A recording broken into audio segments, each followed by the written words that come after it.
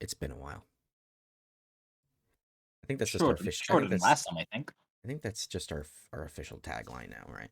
That's man, it's, we're working on it. Yeah. Also, welcome to 2023. Hello, happy New Year. Um, Happy New Year to everybody. Hope you had a good Christmas and New Year's. Um, uh, while we most certainly were not very consistent with the film section last year, we have tried to at least talk about the films that we wanted to talk about, and so just like the last two times, this is our end of 2022. Well, not just like last time, but this is our end of 2022 roundup, where we're just going to talk about the rest of the films that we saw between August of 2022, or middle August 2022, and December 30th. Well, more like today. So January 1st, Ah, 2023, as of today's recording. right. So Yes. let's say we just get right into it, yeah? I say we do. Oh, by the way, this is going to be in release order of the film. Mhm. So first up is Death on the Nile. Oh my, oh my. This I Yeah. did not see. No, you did not. What did you think about this movie, Gabe? So, let me be clear. I have not seen Murder on the Orient Express. I imagine you don't need to, You really don't. I felt like I missed nothing. and I didn't see either. Yeah. So this was one that I kind of wanted to see out of morbid curiosity, and especially seeing the negative reviews kind of turned me off to it a little bit. But I did end up just throwing it on to watch it, and yeah, it's bad. It's bad. It's just incredibly overly long and slow. Like nothing of interest happens until like I think I counted it. It was like an hour and 10 minutes before My, something happened. And this is my, like oh my. 2 hour movie. That's a lot. Yeah. Um the acting is all pretty decent overall outside of Gal Gadot, who Huh. is just terrible in this movie, and I don't know what it was. Some accents are really bad in this. Army Hammer does a terrible English accent. I mean, wow. It's like those English accents that you know what an American is doing. Yeah. Um, it's it's not good. And there's an equally um awkward Southern accent that Letitia Wright does. It's not as bad as Army Hammer's English accent. Oh, she was in the movie. Yeah, she's in the movie as an important character, so she gets a Oh, lot of screen time. well, Yeah, all right. Yeah. the mystery is whatever. You kind of figure it out immediately. Um, but what you don't expect is how convoluted it gets. I don't know. Overall, it's just what takes it down is really just horrible pacing. Like the rest of the film is like it's directed fine. Actors are mostly doing a decent job. It's not terribly written, but it's just boring. That's like its main issue is that it's just so incredibly boring that like I find myself watching it like it's a bad sign when you're watching a movie on streaming and you check how long is left. Well, because you can Yeah. when you're watching at home. Yeah. But that's just kind of the telltale sign for me is if I'm checking how long I have left. Yeah, this one, not particularly fond of it. There's a third movie supposed to be coming out this year that's already been filmed. Really? It's got an equally stacked cast. I think like Michelle Yeoh's in it. So did it make a lot of money or something? This one did not make much money. It came out like Valentine's Day last year, so it didn't have like much to compete with, and yet it still kind of bombed. Mm. But yeah, it's just a standard bad movie. 5 out of 10. I don't really have much to say about it. All right, all right. Yeah, that's Death on the Nile. Up is X, which this is for you Oh, because I talked about this last time. yeah, I saw X. I thought I liked it a lot. I thought it was pretty good. I liked the style of it. I like the it was kind of funny with before it went batshit crazy with its insanity on the horror aspect and gore. Uh, I liked the movie a lot, mostly from the beginning. In the end, it got a little too insane for me. But yeah, I really liked X. I like what I was trying to tell. I like how it was shot, directed. I really like the acting. Mia Goth just steals the show completely. She's so good in it. She's very good, She's very good. and she somehow tops it in another movie. Yeah. And Jenna Ortega was really good in this too. Oh yeah, She's a really, really great upcoming actress right now. Or not even up hmm and coming. She's blown up by this point. Wednesdays come out, and she's yeah, incredible in Wednesday. So, what yeah. would you?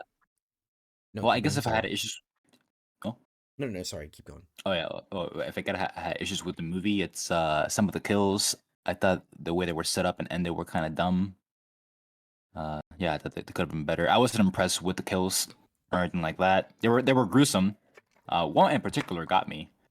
Maybe jump scared me. I didn't expect it. You can say And what it another. is. I think we're far enough Oh, removed. Yeah. oh, all right, yeah, yeah. Well, it was when Jenna Ortega got fucking buckshot in the Yeah, face. that one took me back. Yeah, that one got me. Like, oh my god. Yeah. And the funniest one was when Howard got a heart attack. The old man got a Yeah. heart attack because Man had turns a out she heart was. attack because he turns out he wasn't kidding. No. Yeah. Um. Uh, it was really silly how Pro died. Yeah. Like, of It's course, it's a good gag. It's a good horror yeah, movie it's a gag. really Yeah. funny gag. Of course, this frail old fucking lady is gonna get sent back from shooting a shotgun.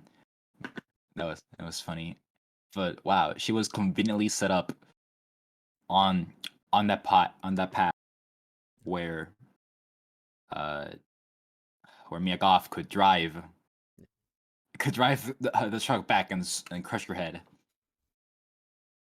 Yeah, it was funny. Smash her head like a watermelon. Yeah. But yeah, Pearl was really good. I liked it a lot. Pearl?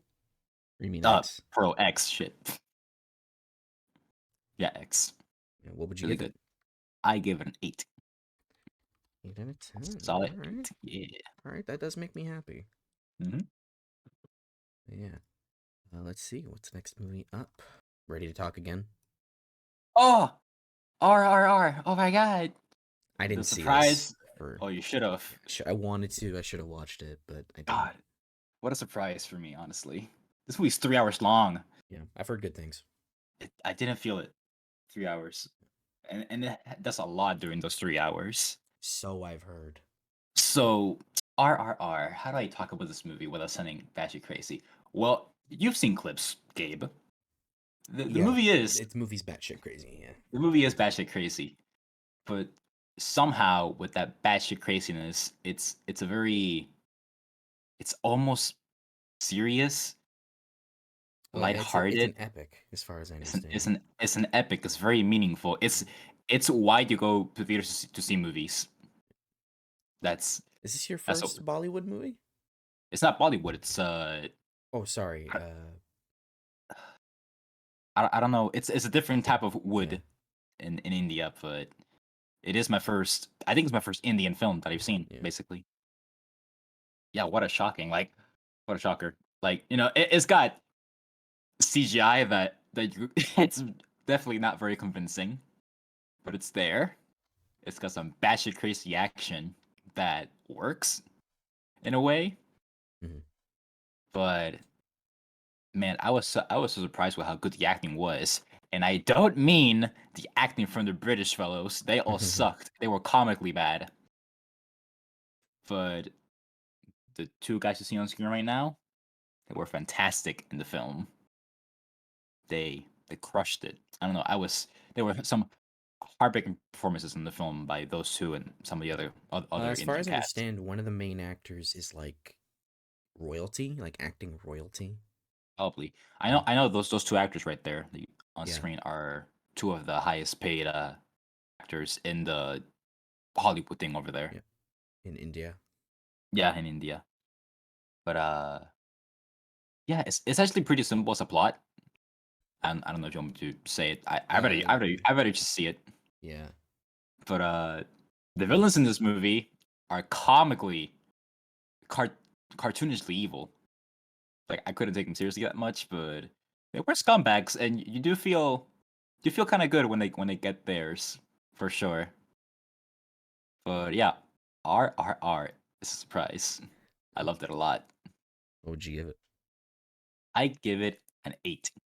Oh, Pretty solid 8, yeah. okay. I was expecting a 9. Oh no, not a 9. There's issues. There's issues. There's like this romantic subplot that goes nowhere, and it's kind of just there to probably pad out for time. Like they put some emphasis on this subplot, but it really doesn't go anywhere after that. They Mm. kind of just forget about it. Well, that's But unfortunate. yeah, could be way better. But for what it was, I loved it a lot. One of my favorites of the year. Oh, awesome. Yeah. All right. Next one up is the bad guys. Let's just keep it rolling for you. Oh my god, this is the bad guys. Another surprise of the year. It's like a DreamWorks movie that damn, what was the last good DreamWorks movie Well, that I you saw? saw you saw How to Train Your Dragon 3, no? Yes, that was in 2019 though. Yeah. So it's been a minute. What was in between that? Ah, I liked Captain Underpants. And Oh, ironically, Captain Underpants wasn't bad. I don't remember Captain Underpants. It's it's not super memorable, but it's it's fun. It's unique. It's That still was that was pretty amazing. before Dragons 3, right? Yes, that was before Dragon 3. Yeah. All right. Boss Baby was really bad. Mm, They don't made a remind second me. one, right? Yeah. Came out last 2021. Oh my god. I didn't watch it. Remember Trolls? Yeah, I do. They also made another one of Yeah, that. I did see that one. Yeah. Oh my god, did you? How It wasn't good. I can't It imagine. wasn't Kill Myself, not good, but it wasn't good. Uh, Boss Baby was Kill Myself. Yeah. Anyway, bad guys. Anyway, yeah, the bad guys. The bad guys is not Kill Myself. Bad. The bad guys is actually I want to live forever. Good. Because bad guys is really good. It's like DreamWorks at their best. So Not their what now was not I not. capping when I said that back in No, like you were okay. not capping. Yeah. It's like true DreamWorks magic. How they can sometimes be as good as Pixar or as good as the best Disney movies, and Or this is just not even just like cuz DreamWorks was awesome because they weren't Pixar. yeah. They were their own thing. Like It was yeah, they got celebrity exactly. voice actors to do primarily comedy films that were Mhm. unique in their own way and they were clever. And that's what the bad guys is. Sorry to take away your spot. I just really like that Oh, movie. don't worry about it.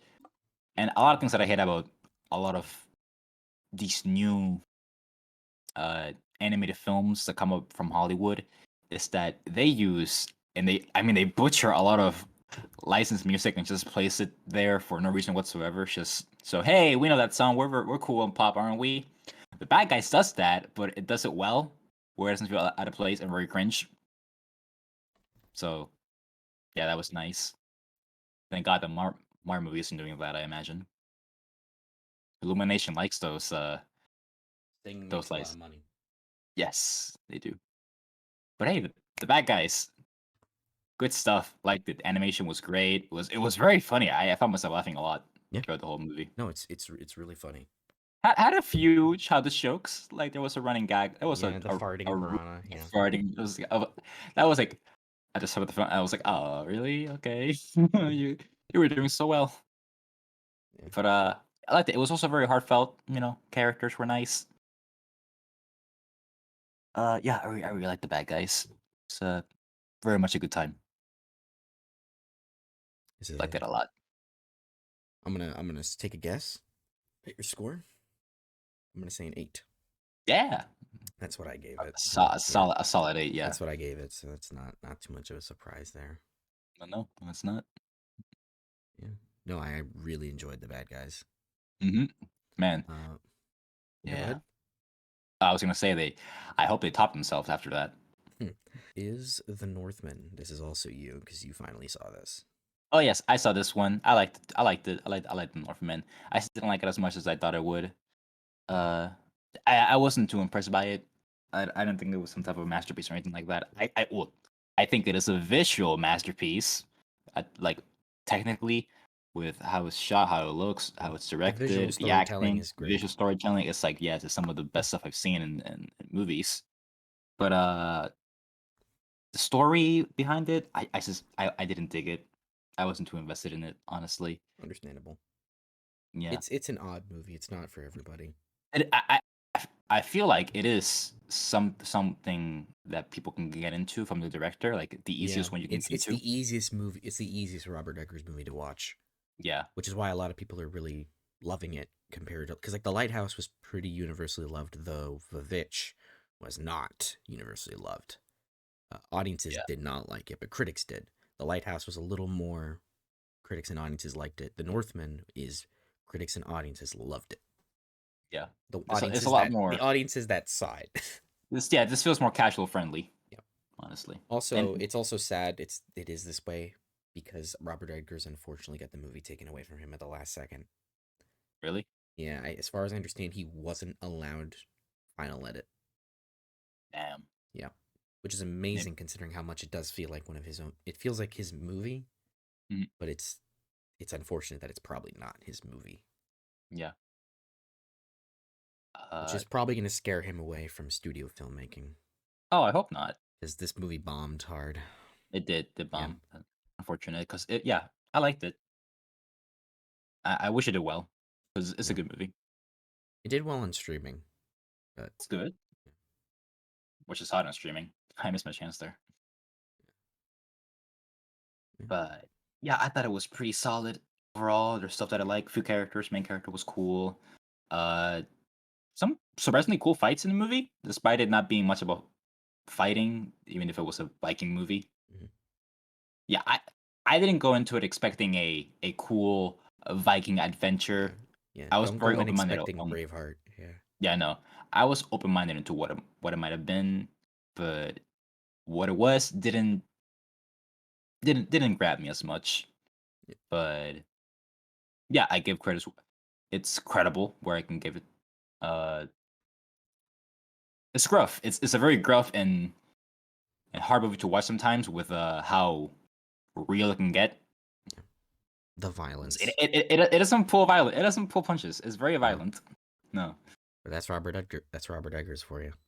yeah. It kind of reminded me of Villain Saga for a second. The anime. I Mm, don't know if you've seen that. Like I have just not. some bits I've and heard good pieces. things though. Yeah, some bits and pieces and whatnot. I'm assuming But you didn't like this as much as The Lighthouse. no, I like the Lighthouse much more. Yeah, But yeah, Northman was pretty neat. yeah. What would you rate it? I give it a 7. Okay, my prediction was correct. Uh, Yeah, glad you enjoyed it. yeah, I enjoyed it. All right, up is gonna be on the count of three, which is a me one. I saw this. Yes, this I missed. Um, yeah. So I I watched this on a whim because I heard good things and I saw that it was on Hulu, and so I was like, I'll throw it on. I think it was literally the day that I was gonna go see Dragon Ball. I just kind of threw it on to watch it, just to pass the time. Yeah, Man, this movie's fantastic. It's an incredibly simple story about two best friends who decide this is the last day they're going to be alive. Um, yeah, the main guy here, I forget his name, but the actor is Jared Carmichael. He wrote and directed this. Um, on the what guy on the left or yeah, right? on the right. Jared Carmichael on the right here on the poster. He wrote and directed this film. He plays the main character who's kind of done with his life. He's not really going anywhere. He's not enjoying himself. He doesn't enjoy waking up every day. And so he frees his best friend out of out of a mental hospital because he's had some suicidal tendencies himself. Takes him out of a mental hospital and goes, "All right, that thing you talked about forever ago, we're gonna do it." And so when they go to do it, to do the deed, the best friend says, wait a minute, I don't think I'm ready. So let's take one last day to just kind of do our shit, kind of wrap up our lives, and then we'll do it at the end of the day." And I won't say much from there, but it does, as you would think, it does kind of spiral into something a little bigger. And Yeah. yeah, it's an incredibly like simple film. It gets what it does. It gets what it wants to do out of the way. It does it in record time. This movie's only an hour and a half. Oh wow. Yeah, it's an hour and a half. It's really quick. It gets straight to the point, and it hits all of the punches. I think it's an incredibly simple film, but everything from the way it's shot to the way it's written and directed by Carmichael are brilliant.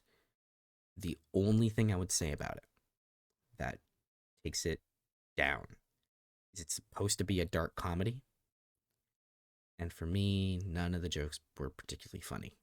None of them. None of them. Like I got a couple like chuckles, but no laughs. Hmm. And that's where I think it does take a small step back because everything else just works so damn well, and the ending in particular is brilliant. Um, but I just wish it was a little funnier. I wish it was just funnier. Or if there's, I mean, again, then that's just a me thing. Yeah. You may watch it and find the jokes hilarious, and that's completely fair. Just Maybe. for me, it's what takes it down a small peg. But with all that said, this is an incredible film. Absolutely floored me. I'm gonna give it a 9.5 out of 10. Mm. Oh shit! I think I fucked up. There we go. You fucked up. I done fucked up. Uh-oh. Yeah, it's a 9.5 out of 10 for me. Really brilliant film. I believe it's still on Hulu. I think they have the streaming rights to it. They purchased it. Um, so yeah, I think it is just a Hulu film. I give it a shot. Yep. And next up is Hustle, which we can, I think, both talk about. No, I didn't get. Yeah, no, I Oh, didn't get a okay. chance to see it. Unfortunate. Yeah, yeah, Unfortunate. unfortunate. Yeah, unfortunate. Um, yeah, this is just another one where I think the film is absolutely incredible, but its flaws are different. Hustle is funny. It has some actually pretty good humor. Its problem is that its story is really cliched. It's like one of those like, damn it, if you couldn't just help what you can't help, you would get a 10 out of 10. Now, why would that be a problem? Cliche storytelling. If Explain to the if audience it so and me too. if okay, I can't really speak for the rest of the audience, but for me, the reason why the cliched storytelling does hold it back is because it no longer had any tension. Mm. There was no Oh, so you agency for me because I pretty much figured out where the story was going to go. right? Based on what they were setting up about the characters and where everything was going. I was like, this seems like the pretty logical place it's going to go. It went that way. And so it lost a lot of agency, especially in its ending. Its ending itself is just a bit too long. So, I mean, I think it's like an hour 40, hour 50. It's not 2 hours, but everything about it is really, really great. Adam Sandler, man. He's Mhm. so good. Like, I don't think he topped Uncut Gems for in terms of performance, but it's right there with it. Yeah, he didn't top Grown Ups. This performance from him feels the most like him.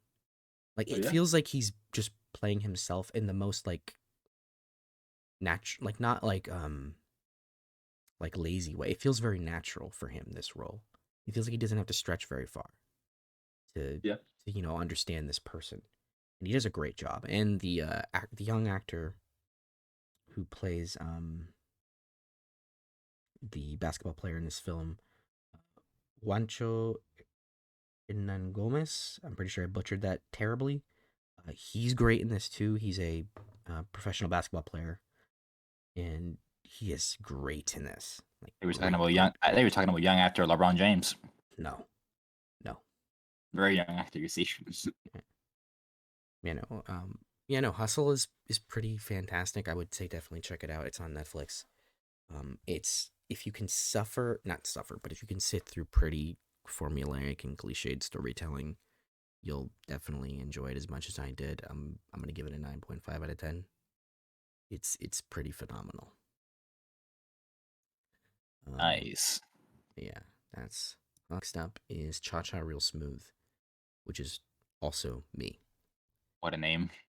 Yeah. Funny enough, the fact that it's called Cha Cha Real Smooth has nothing to do with the movie because they only played that song like once, Oh, and it's like good. in the I, background. I'd be annoyed if it played it all the time. Yeah. Cha cha, real smooth. Tuk tuk tuk tuk Cha tuk. Cha Real Smooth is a directorial debut from this man here, Cooper Raiff, on the poster. He wrote and directed this himself, and it's a pretty simple story. It's just about this guy who is just getting out of college. He's finding himself, and he falls in love very, very easily. And so, once he goes to a party, or no, I'm sorry, not a party, a bar mitzvah, where he kind of starts like he's essentially acts like a party starter. He just kind of goes towards everybody, asks them what they like and what will get them on the dance floor, and does it because he's the kind of person who can't be alone at a party. He can't be in a room by himself. He has to be having fun doing something. Be alone at the party. And when he meets this woman played by Dakota Johnson and her daughter, who, for the life of me, I can't remember the actress's name is Vanessa Burkhart, playing Lola. Uh,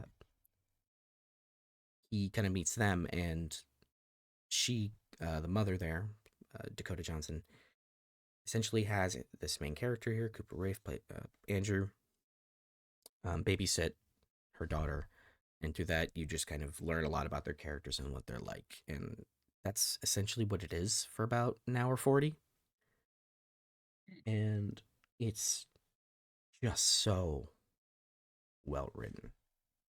It's so incredibly mature and honest and just real. And the only issue with this movie is occasionally bad acting. Like, there are some scenes that are supposed to be pretty emotional, and they don't work because neither of the actors can fully do it. Neither of them. Neither of the actors in the That scene. being. So That would you be mentioned. that would be Cooper Raiff, the main actor, and another young actor. Uh, Um, yeah, uh, he's a really good writer director. I don't think he's found acting quite yet. do you think he should have hired a more talented I would young actor? hesitate to say hesitate. I would say hesitate to say better. At least for Cooper Raiff's part, I would say yes, definitely would cast Yeah. somebody else in that role. Yeah. Mhm. Um, But he does a good job anyway. Like, he's not terrible. He's just kind of flat. Where he Yeah. needs to excel, he can get it there. Oh, except the part that you mentioned Except the with part that I mentioned at the end, where it's heavily just not working, and where that it kind of and that other actor is heavily prominent throughout the movie, and he consistently doesn't really work. Mm. Yeah.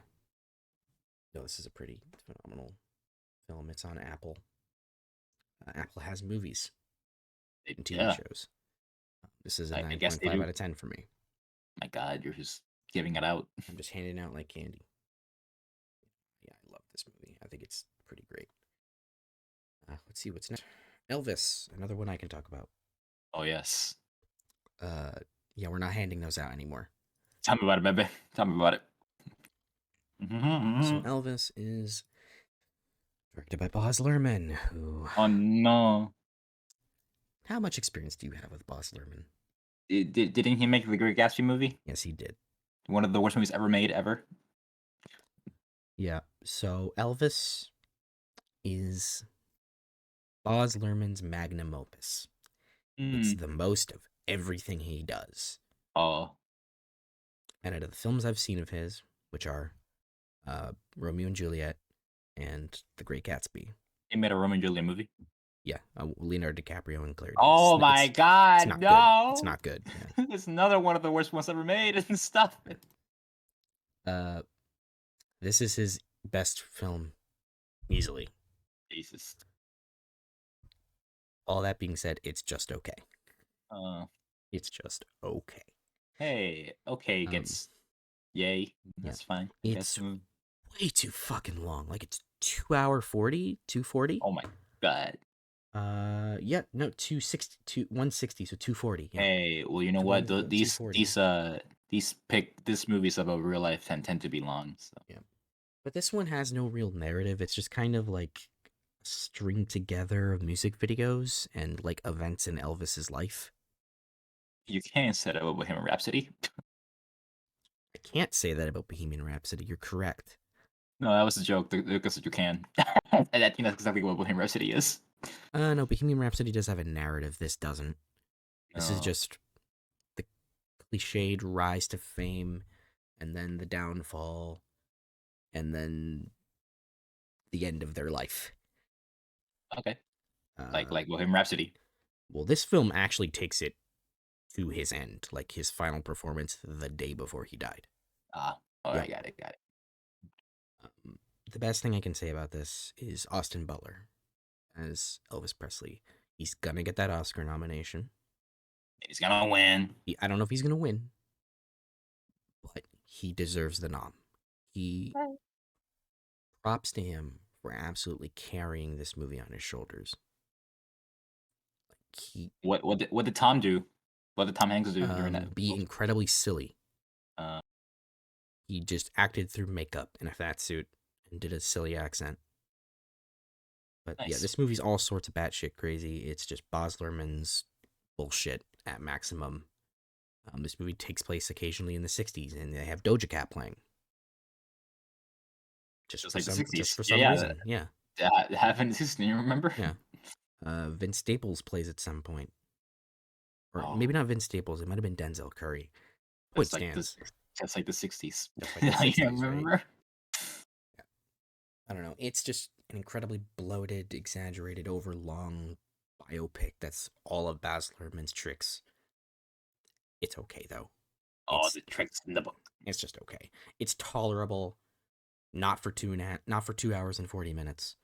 On the bright side, I saw this on HBO Max, so I could pause it and go take a shit when I needed to. But yeah, it's a 6 out of 10, mostly because of how hard Austin Butler carries it. No, good for him. Yeah, good for him. Uh, this movie's whatever though. Probably not gonna watch it again. Whatever, whatever, whatever, whatever. Is Where the Crawdads Sing, which is another movie I saw. Caca, caca. Yeah. So unlike Elvis, this is a movie I thought it was just gonna be okay. No, no, very much not okay. This is a very bad movie, and I can't really quite uh, Put your finger on it. put my finger on it. I think I can. The plot's is incomprehensible. Um, Ooh, the twists are terrible. The movie's boring as sin, and it's a 2 hour movie where about 40 minutes could have been cut out. damn. But what's saving it from like a Act. like a two Ooh. is the acting. Yeah, that's what I imagined it was. The acting is pretty great all around, and the main actress, Daisy Edgar Jones, God bless her. I've seen her in 2 movies this year where she absolutely carries them. One, she doesn't have to fully carry it. This one, she just kind of has to carry it entirely on her own because she's the lead, like the main character. We spend the most time with her. Um, no, she's really great in it. And this movie was successful. It made a good amount of money. It did. It's a book club movie. That's what it is, though. A what? It's a book club movie. What does that mean? Bunch of middle-aged white women. Uh, Yeah, which is funny. Reese Witherspoon produced this. That's how she found the book in her book club. uh, This is based on a novel, which I've heard is significantly better. as they tend to be. Yeah, um, but it has been openly criticized. It's not a like well-regarded book. I've just heard it's a lot better than this movie. Right. Yeah, no, I don't have much to talk about here. It's pretty boring and bland and overly long, and it has good performances, but it's not interesting to watch. It's pretty bad. It's a 4. And it's not even a harsh 4, it's just a here you go. Yeah, could have been better. Yeah, you could have been better, but you did what you could. Yeah. We move on from that to DC League of Super Pets. Forgot about this movie. Yeah, it's pretty forgettable. Um, well, that came off way more mean than I intended it to. DC League of Super Pets is a movie that did not need to go to the movie theaters. I don't know what Rock is in it. what I mean. It was totally just because The Rock was in it. Yeah. This should have just went to streaming or straight to DVD. No, the Rock wouldn't have liked it. The Rock gotta be in it. Like the animation is so cheap and lame. The character designs are awful. The movie is pretty generic, but it's not bad. It's actually occasionally kind of funny. The cast in general, like the voice actors, they do a good job. Do a fine job. They do a fine job. Um, this is a weird praise, but Kevin Hart isn't annoying in it. Nice. Like, you know how Kevin Hart can be. Like, he's a really Yes. talented comedian. He's a really talented comedian. His stage stuff is like I shit my pants funny. It's Yeah, he's really good. He's a really good he's comedian. a really gifted comedian. But yet somehow that hasn't quite translated to film. Like he's good in some stuff like Jumanji, you know. Yeah. I don't think he's a bad actor. He's not a bad actor He either. does the same thing He's always. always Kevin Hart. Yeah. Here he has to actually play a different kind of role. He has to be the straight man, Hmm. like the stoic, not the stoic, but like the emotional straight man, Yeah. and he plays it well. He's actually he does a good job at kind of balancing the rest of the characters. Um, Nice. and he has a great scene in the movie where he kind of explains his past and what kind of makes his character tick. His style. But it's pretty all right. The movie's just kind of okay. I could see this being one of those movies that like young kids might really really like, but yeah, no, this is just a whatever movie. It's a 6 out of 10. All right then. It's pretty forgettable. Rock is in And it. from that to Not Okay, which is a film I saw on Hulu. It's a Searchlight movie. I'm stalling. Uh, yeah, Not Okay is a movie about this girl here, played by Zoe Deutsch. I forget the character's name. Danny Sanders. She is a woman who works for a journalism company, and she has always wanted to write, but she's just a Photoshop editor. Like she doesn't really have much skill in the writing area, and she's pretty ignorant and a bit full of herself. And after meeting a guy that she really likes, she fakes going on a business trip to France. And when she fakes that, it just so happens that a terrorist attack happens in Paris where one of her pictures was. One of her faked pictures was in the area that was bombed in a terrorist attack. And so this white lie turns into a very big thing where she becomes, like a symbol for, being not okay, being not okay, after a tragic accident. Um, and she's really unlikable. That is the point. And what works about Not Okay is its direction and its comedy. It's pretty funny, and it's directed really well. Its problems come from Danny. She's not nearly developed enough to, um, how do you say,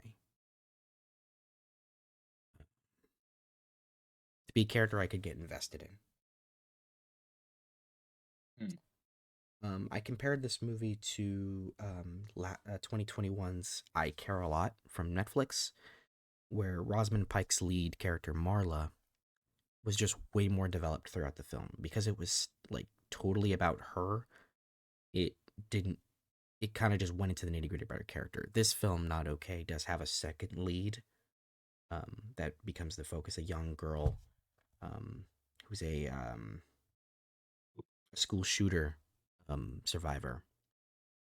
The actress is Mia Isaac, who does a fantastic job. She plays essentially just like a school shooter survivor who becomes an activist, a gun rights activist, and she has a very large following. And she becomes integral to the plot in many ways. Um, no, but that character is significantly more developed than our lead, Danny. And when you look at I Care a Lot, that film, the main character in that, Marla, because the film is totally about her, she gets complete time in the sun. Everything's about her, so you get to fully understand that character. Danny, not quite so much. Now, based on what the movie was trying to do, is it necessary for her to have developed that much? I would say yes, because the film doesn't ask you to sympathize with her. In fact, the film came with a warning at the start of it that it features an unlikable protagonist. Mhm. And I was like, that's weird. Okay. Um, I would say when the film does try to humanize her at the end, and like, I will say this, the film did have the balls to not redeem her. Try to humanize her. They tried to humanize her so you would understand why she did what she did, and you get to see her full comeuppance. But the film actually ends without her getting a redemption arc. The film at the end builds up to a redemption arc that just stops because she's not going to get one because what she did was terrible, and she is just not going to get a redemption. What she did was just too terrible, and what she afflicted to Mia Isaac's character was just too much that there's just no path to redemption. So what were they going for if they didn't want to give her the redemption arc?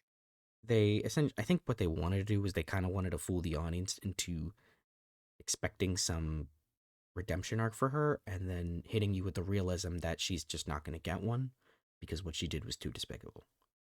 Mhm. And even Danny gives up on it. Like the movie builds up to her going to apologize, and then when Mia Isaac's character gives a speech that essentially just says, fuck you, I'm not accepting what you did to me because what you did was so terrible. Or I'm not accepting an apology from you because what you did was so bad. Um, she just walks, the movie literally ends with her just kind of getting up, walking out, and accepting it. And that's it. Alright. The movie's over. So in that sense, I Okay, actually really enjoyed like the last third of it a lot more than the rest of it. right. So in that case, is her developing that much necessary if they're just not gonna give her a redemption arc or anything like that? Well, I would have liked to understand more about her. Oh, okay. Yeah. Because like the movie only spends like a little bit of time with like establishing her before you get into her white lie. And then the rest of it is just how she keeps lying. So is the problem more so that she's how do you say? Kind of flat. There's yeah, kind of flat, not too much emphasis on her, and Yeah. that's just like she's not developed enough. It's just that there's not much Like emphasis on her. Mia Isaac's character is the secondary lead, yet she gets more development and you get to know and understand her way more. Mhm. Um, but that all being said, this is not a bad movie. I think it's a good movie, but it's not where it should have been. Is what I'm trying to get at. But it's Right. enjoyable enough. It's sleekly directed, sharp, like kind of sharply written. The jokes are good. The movie's very funny. Um, Dylan O'Brien's in this is like a kind of like a Jake Paul type character, and Uh, he's hilarious in it. He's I would hesitate to say perfect casting, but his character's pretty good. He's pretty funny. we Yeah, see him and stuff. yeah. I'm gonna give it a 7 out of 10. It's good, but it's not where it should it's not where it could have been. It's all right, all right, all Yeah. right. Yeah, that is not okay. Let's see what's next here. Bodies, bodies, bodies. Okay. Well, this is unfortunate for you. So I was only I getting get to to it, talk guys. about this. Yes. Um, Hey, I I can I can talk about the first 8 minutes. I guess you can talk about the first 8 minutes. Yeah, I saw them. I liked it when they kissed. Yeah, yeah. Bodies, bodies, bodies is a really, really, really, really funny social commentary, and I don't know like how to describe it because it's not a horror movie. It's more of like a comedic thriller where you take a bunch of these like essentially like personifications of TikTok and Twitter and put them in like this weird not murder mystery but like just like ever spiraling mess of blood and violence. And every character has something to hide. Every character has like parts of them that they don't want to reveal. It's all just so well acted, well written, and directed. It's not like it's not funny the entire way through, but everything that they said was just biting and funny, and it was all pretty good. And even it was even tense at times where it needed to be, because they do spend enough time with at least the main couple characters, Maria Bakalova's main character and Amanda Stenberg's main character. Um, you spend enough time with them so that when they're in danger, you are scared for them. I'm in danger. I'm in danger. I like men now. Yeah, but yeah. Overall, no, I really love Bodies, Bodies, Bodies. I think it's a pretty phenomenal film. I would say its issues do come from now that I've had time to like, think about it in a couple months since I saw it. I would say its ending is a bit unsatisfying, even if it is like part of the joke and it is funny. It does feel a bit unsatisfying for the entire film that you saw, just for it to end there. So it can feel a bit unsatisfying. Right? Um, I really enjoy the film. I would give it a 9 out of 10. Oh, the movie gave me ear cancer with the fucking music that they were playing in the radio when they were going to the house. So Mm. yeah, It's a very funny film. I hope you finish it because I really think it's really good, really funny. I'm gonna give it a shot. Yeah. Um, is Bullet Train? Hey, look at that! You get to talk about this movie. Hey, I guess talk about Bullet Train. Yeah. Yay! So hey, Bullet Train was a movie. That's my review. I'm kidding.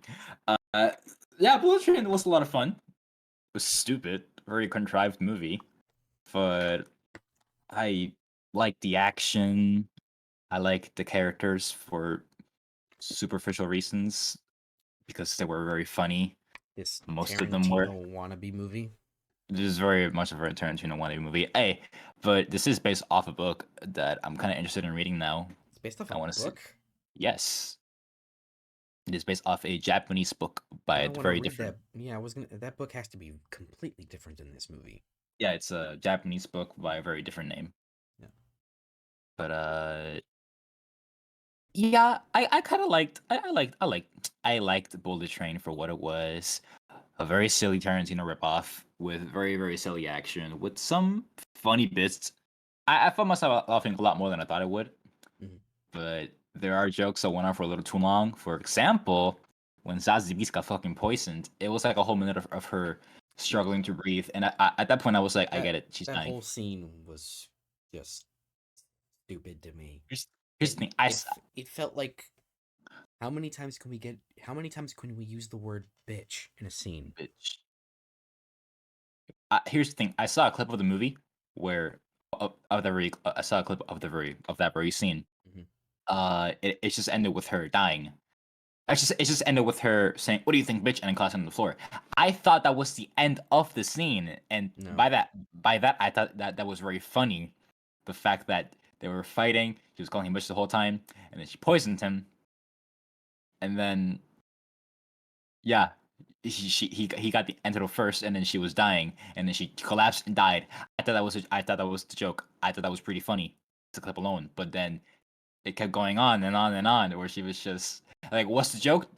It's the joke that she was dying really horribly. The movie's Is also that it? really long. It's like what, 2 hours, 10 minutes?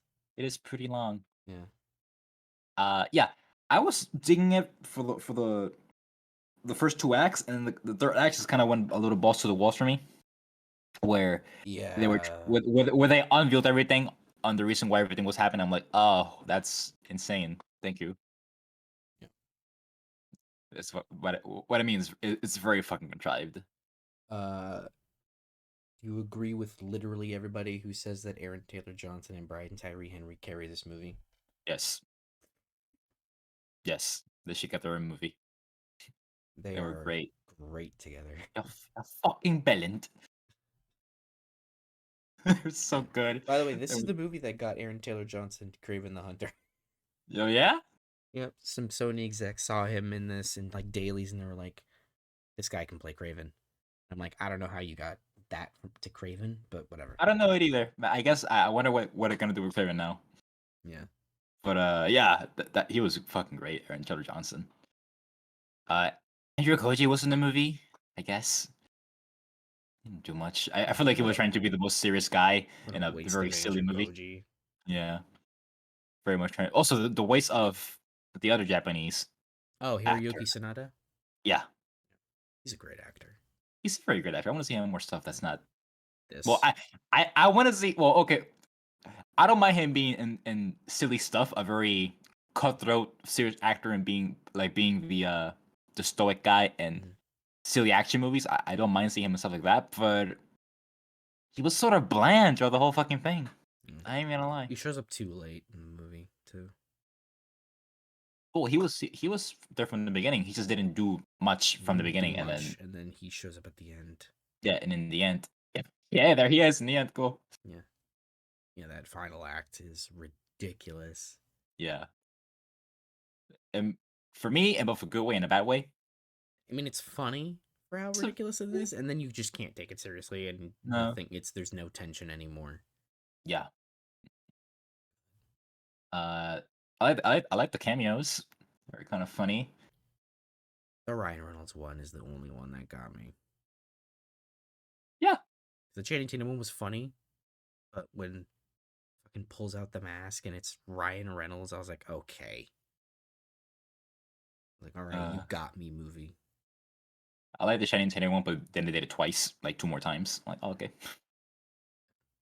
Uh, you understand Uh, what I mean now when I said it might have made a better anime? I don't know about anime. I mean, Like yeah, an it could anime movie. it could make a really good anime. Uh, I just think it needed a tighter script. Needed a lot more Well, work and craftsmanship to be actually, might a have been better if it was animated. probably. I might have been more stylish. Yeah.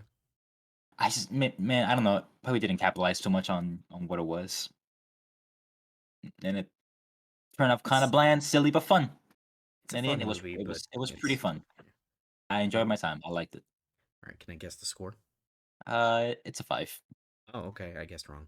Oh, you were gonna guess. Sorry, I I didn't guess let you guess. that's What fine. what what you I was think gonna it guess a was? 6. No, yeah, it's a 5. Yeah. It's an average for me. I'd see it again, honestly, for like I don't Just know, for a fun. drinking party. Yeah.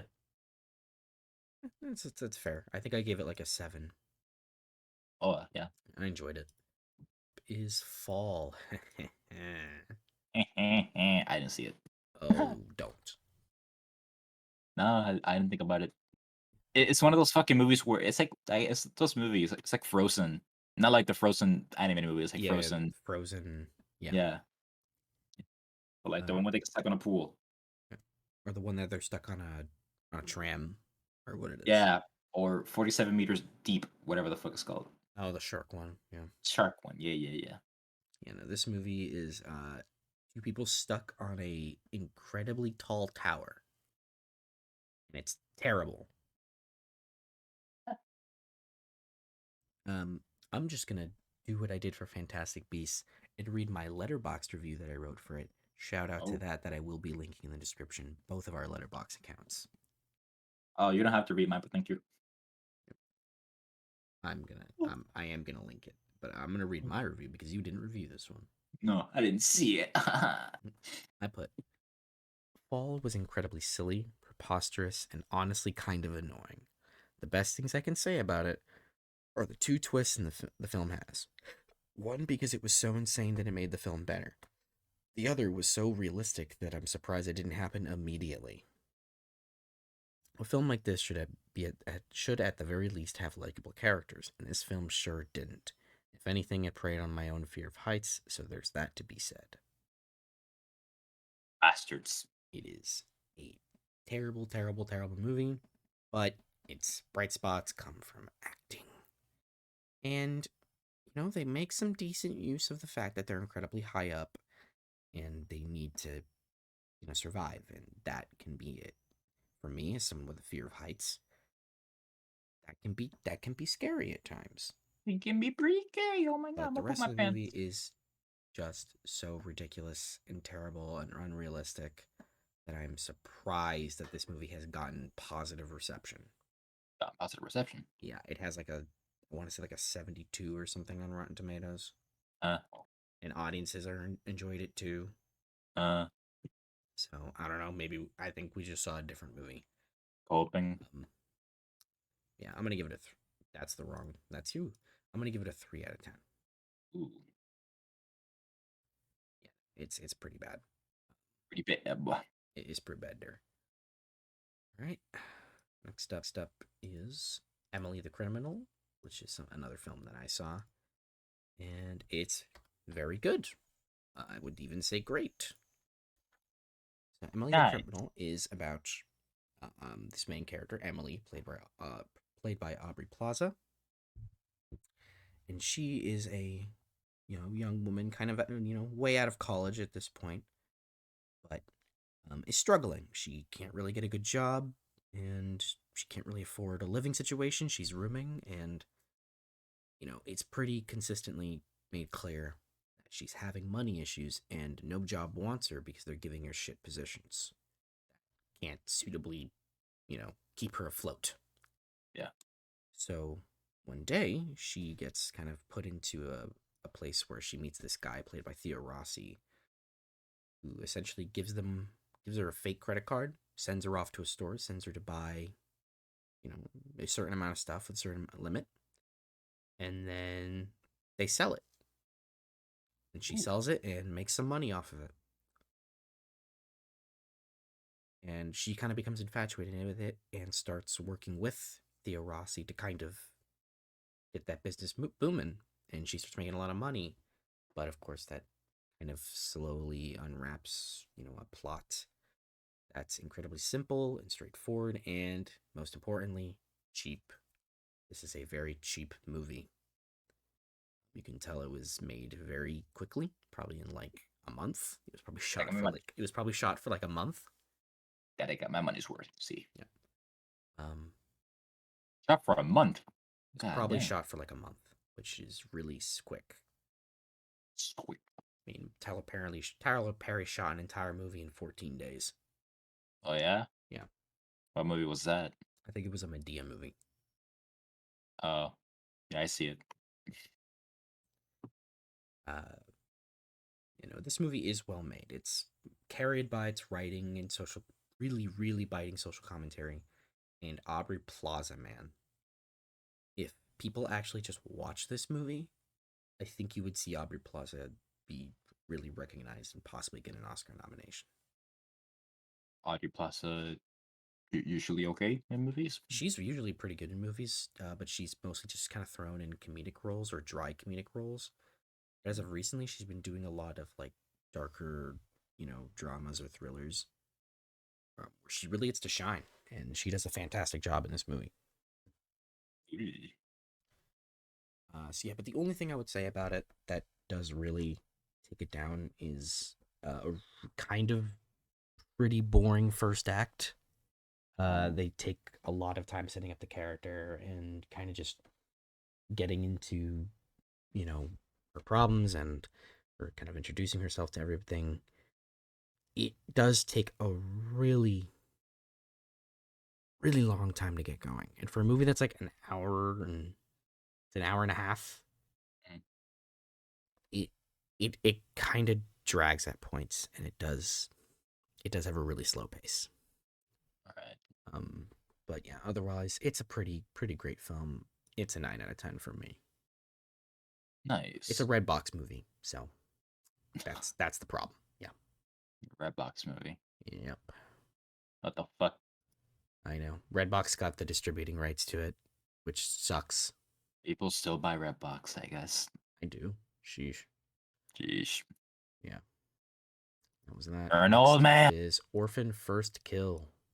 What? Have you seen Orphan? No. I don't know what that is. It's a horror movie from 2010 Yeah, yeah. that Huh? was popular because of its twist. That if you watch Orphan First Kill, it completely ruins that twist. Yeah, I was gonna say. Well, first of all, I never even fucking heard of this Orphan First Kill This movie. is a prequel to It's Orphan. pretty cool. Okay, didn't even heard of that one either. Um, Yeah. Though what was most more so you never mentioned it, so I didn't know this was gonna be here because I don't know what this oh, is. Yeah. yeah. Orphan First Kill is a prequel to Orphan itself, being about a girl named Esther who gets adopted into a family, and she's crazy. She kills people. Oh That's all. That's all I no! know. That's all I know about the first movie. Wait, Orphan. That sounds familiar now. Yeah. Uh, fuck. All right, all right. Oh shit, it's getting my mind now. Did she like? Did you see the first Orphan movie? Nope. I've only seen this one. All right, all right. Then I don't know. What I'm thinking of probably won't matter. I So just this thinking about movie it. inevitably spoils what the twist of the first movie is. So I feel like it would even be pointless for me to watch that first movie now Is the because first movie good or I've heard something? it's Like, good. I've heard all it's right. good. But what the twist is of Orphan is that the young girl Esther is actually a 30-year-old woman who has a disease that causes her to look like a child, Huh. but she's mentally, you know, and technically physically an adult. But Mm. it was interesting because in the original movie, that actress was like 12, and Acting now like an she's like adult. 25. Uh, And so they do their absolute best to make her look like she still was a child because do she's they technically though? supposed to be younger than she was in the first movie. Why couldn't they have? Hell no. Why couldn't they have casted someone else, like a younger actress? I don't know. Is I she don't really know. short? No, No. no. They actually Wha- they have to do some very comical things to make it look like she's short. Hold on. Was the idea to make? Wait. Okay. Is there CGI used? Did they make? CGI and camera tricks. No, no. Not everybody's James Cameron. Not Not everybody's everyone. Peter Not Jackson. yeah. Not everyone can make. It's like when you're leaving a play a teen girl. Um, but yeah, no, this movie is it's ambitious in trying to hide her height and how old she is. Everything else is really bad. It's got terrible dialogue. A horrible twist. Um, in its third act. I mean, terrible twist. Terrible. Terrible It makes twist. the movie better, Oh. but it's terrible. Oh. Um, but it has like the main actress who plays Esther Isabel Furman. She does a good job, and Julia Stiles is in this movie.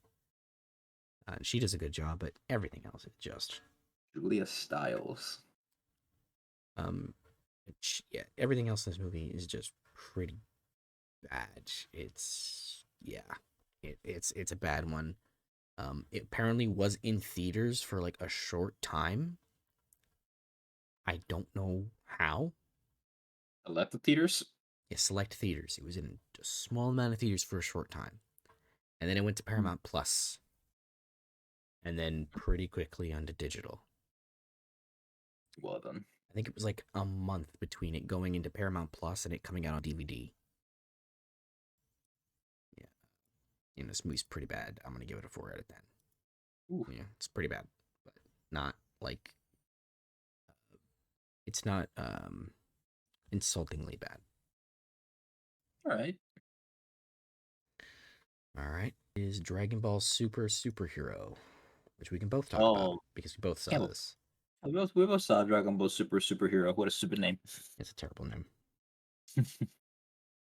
Yeah. So you and I are safely pretty big Dragon Ball fans, Mm-hmm. or not as big as we used to be, of course. But we'll Dragon watch Ball the Dragon Ball next. fan at heart. Yeah, we'll watch the next Dragon Ball movie whenever that comes out, Yeah, or maybe the next Dragon Ball show whenever that comes out. yeah, We won't read the manga though. No, none of that. Uh, yeah, Dragon Ball Superhero was a fun little Dragon Ball movie. It's not Dragon Ball at its best. no, Uh, I think it has problems. I yeah. don't like the twist. I don't like the big bad or the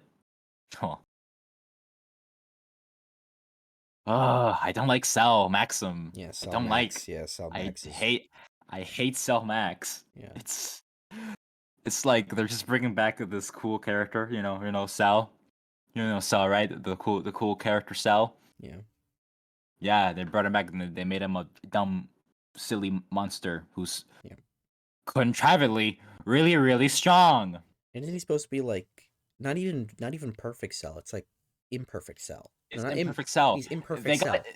they use his worst form. God damn it. So at that point, I was thinking, okay, if they're gonna bring back Cell, it'd be really cool if they brought back like perfect Cell, gave him like a cool new form. Like Frieza when he was Golden Frieza, and now that he's black, also. Yeah, it could have been like something really cool, like Purple Hell or some shit like that. Oh, Perfect Cell with the red skin. But no, he's a silly monster. He's like Bio Broly. He's Fuck, literally Bio Broly. he's literally Bio Broly. Yeah. I hate it. Um, Uh, Outside of that nonsense, I appreciate Dragon Ball Superhero for giving so much emphasis on Gohan and Piccolo. man, this is Piccolo's movie. This It's is Piccolo's Piccolo's movie, movie. and it Piccolo's was movie. Piccolo. so awesome to see him get the Yes, spotlight. it was great after so many He's years. so great in this movie. They He did such a good is. job with Piccolo. Yeah, get the fuck out of here, Goku and Vegeta. I do think it's very funny that they set aside like 15 minutes of this movie to tell you why Goku and Vegeta couldn't be there. Yeah, which again, funny, very funny fucking, stuff. Yeah, very, it's funny stuff. Yeah, very silly. It's okay. Dragon Ball humor is really bad. Well, it's good, and how silly it is. Because it's all yeah, just character comedy. It's all yeah, just situational and character comedy. That's what it is. it was nice seeing Broly in the movie. He was there too, Yeah, not doing anything. And yeah. then there was Spears simping. And then they teased us with Broly doing something, and then that's it. No, that's it. Yeah, I but yeah, I'm glad that they were out of the movie for Piccolo and Gohan to get their go, especially Piccolo. yeah. I enjoyed this movie quite a bit. Yeah, it was very It was a enjoyable. really fun time. I laughed a lot. This movie's really funny, Very funny. very funny. Like probably one of the funnier Dragon Ball movies that I can think of. Yeah. And the emphasis on Gohan and Piccolo really did was a good choice. It was a good call to make. Yeah, And something we haven't talked about yet, the Gammas were awesome. they were. Like I wasn't when I first heard like what the idea was for the movie that was like superheroes. I was like, okay. And then I heard like the Jiro stuff, and I was like, okay, A what? fucking Red Ribbon Army. I'm so sick Yeah, of the them. Red Ribbon Army again. I was like, okay, sure, whatever. The Gammas were awesome. They were. Yeah, I thought they were gonna be lame, but they were not. They were really No, cool. they were very cool. Uh, It was really cool when it was a Gamma number 2 first pops up and fights Piccolo Yeah, and just fucking wipes the floor with him almost. almost. And I was like, okay, now we're back at like fucking old school Dragon Ball. Set up the villain by setting up the threat by having them just fucking wipe the floor with somebody. Yeah, And also, this movie was a great kick in the ass to Gohan. in the ass to go on. This movie was a good kick in the ass to Gohan. Like, finally get him to just Fucking get out there. Yeah. I don't like how they got to a certain point that was really forced. Oh, with By that I mean, Pan and stuff. Pan, Pan that was was cool. I liked Pan, but I like Pan being a 3-year-old. But yeah, somehow, yeah, Goku yeah, too. Yeah. yeah. By that I mean how Gohan got his final form, his new Oh, form, Gohan Beast. Gohan Beast. I I thought think that that's what was it's really officially called. Is that what it's officially called? Gohan that's Beast. probably what it's called. And I think I missed it so much worse that It's a the cool look. form I'm sorry. It's a is cool cool. looking form. It's cool to perform. I was Yes, hype as fuck when he showed up as Gohan Beast. I was like, what the fuck? the problem with him getting it is how he got it. So he got it because he saw Piccolo getting his ass beat. That's kind of it. I thought he was I gonna know. go. I thought he was gonna go Super Saiyan God, to be honest, or if he was gonna go like UI. Uh, But no, the he just has a circumstances. new form. Well, me knowing more about Dragon Ball Super and the circumstances of how you get Super Saiyan God and Ultra Instinct, I knew that wasn't gonna happen. So I had a feeling it was gonna be a new form. Problem is, on how he got it.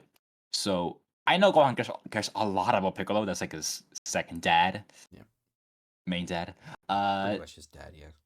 but I feel like it's not enough given the fact that he seemed Well, because that it was he's not just it was also not just Piccolo. Because I remember at the end of that, because the end of the film, like all of the characters that are not Gohan and Goku and Vegeta show up at the end, yeah, just to help out.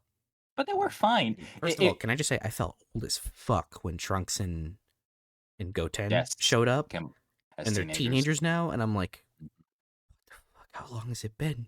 They had very odd growth spurts. Yeah.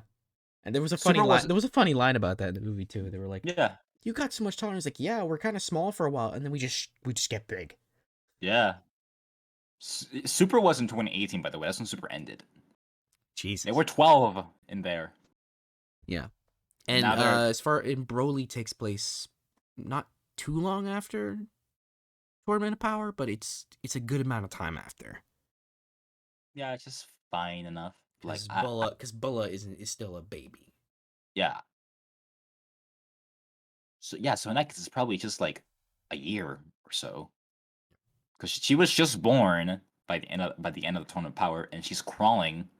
So maybe it's a couple months, like 8 months or so. But between Broly and Superhero is an undisclosed amount of time, Is but it's very apparently a undisclosed. good amount of time. Wait, it probably would have been 2 years or three because Pan is three, Pan is three. so Yeah. so Yeah, it's maybe two been or a three. couple. Yeah, been a couple years. Yeah. Yeah, but I don't know. we're just fucking skipping through time with these Dragon Ball movies. Yeah. Which is Can you make honestly, I would rather instead of a new show, just continue with movies. Honestly, yeah, I would rather that, but they're but they're gonna make gonna a new get to show. GT. They're Yeah. gonna get to GT eventually. They're gonna Shit. make At a GT certain is gonna be canon. fuck it. Before GT, what about the end of Z? Or is that just Z not N canon anymore? Z no, end of Z. No, that's what they're leading into. They're leading into the end of Z and into GT. Yeah. I mean, I, if they can fix GT, fuck it. I don't know. The manga's doing its own shit with Black Frieza. Yeah. I don't know where they're at right now. I don't know what's Mang- going on with Dragon Ball right now. But yeah, we the didn't even manga's touch weird. on the animation style. Oh yes, I like it a lot. I didn't like it initially. In the movie, it's a bit hit or miss for me, but in the action, it really kicks ass. Yeah. Which the I fights in this are appreciate. great. I guess I appreciate Toei Animation's new style of Dragon movies, but what I prefer they do is that they vary it from different styles each movie. Broly I, has something very different from usual Dragon Ball animation and yeah, art.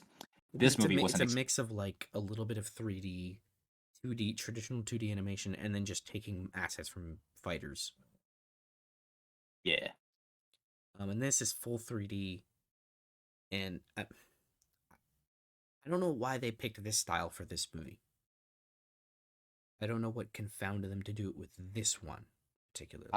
if I were to guess, it was probably for the Gammas.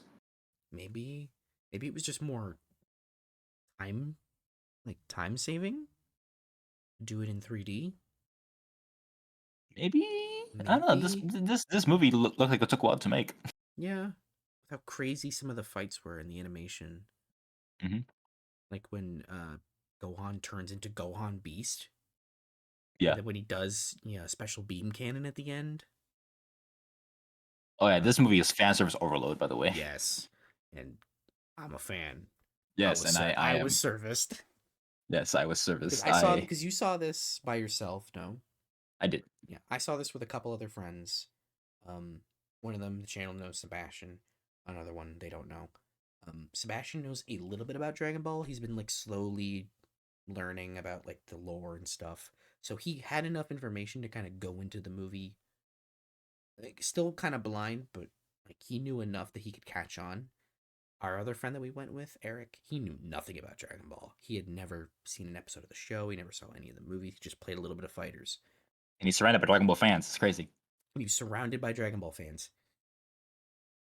Man knew nothing. So he was kind of confused, but he still enjoyed the movie. Sebastian had some more knowledge, so we got to like understand a little bit more, but he still also had a really good time. I was just like flooded with the information. I was like, I have the context for this and this and that. Oh, I know what's happening. Although your other loop was super. I'm out of the loop with Super, but I saw the movies Yeah. because I was told to just watch the movies. Yeah. I guess just watch like an edited version of this Tournament of Power. Yeah. If you, I don't know.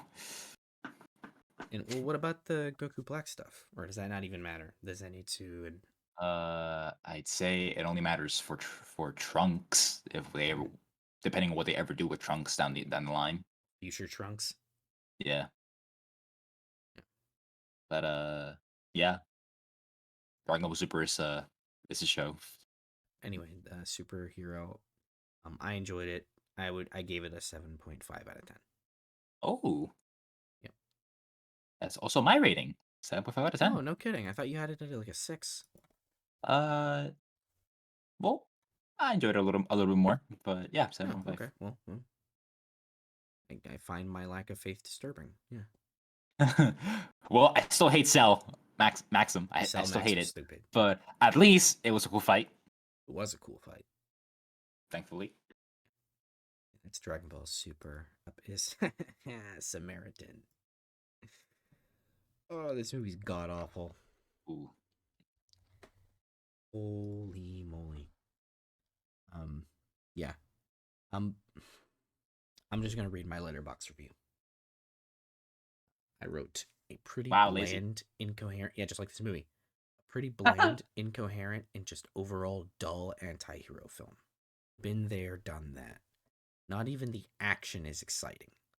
The only interesting thing to talk about in the film is its final act reveal, which wasn't nearly explored enough for the resolution to be satisfying. If anything in this film could be classified as such. So, because I do not care, the big reveal in this movie is that the entire movie you're thinking that Sylvester Stallone is playing this great hero Samaritan.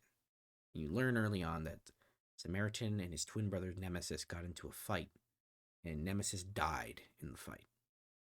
But Samaritan supposedly died too, but they think he's still alive. At the end of the movie, you learn that Samaritan is the one who died. Sylvester Stallone is playing Nemesis. Oh, okay. This movie's god awful. 2 out of Hmm. 10. I don't even feel like talking about it. It's I mean, just what's wrong with the twist itself? the twist itself is it happens in the last 20 minutes.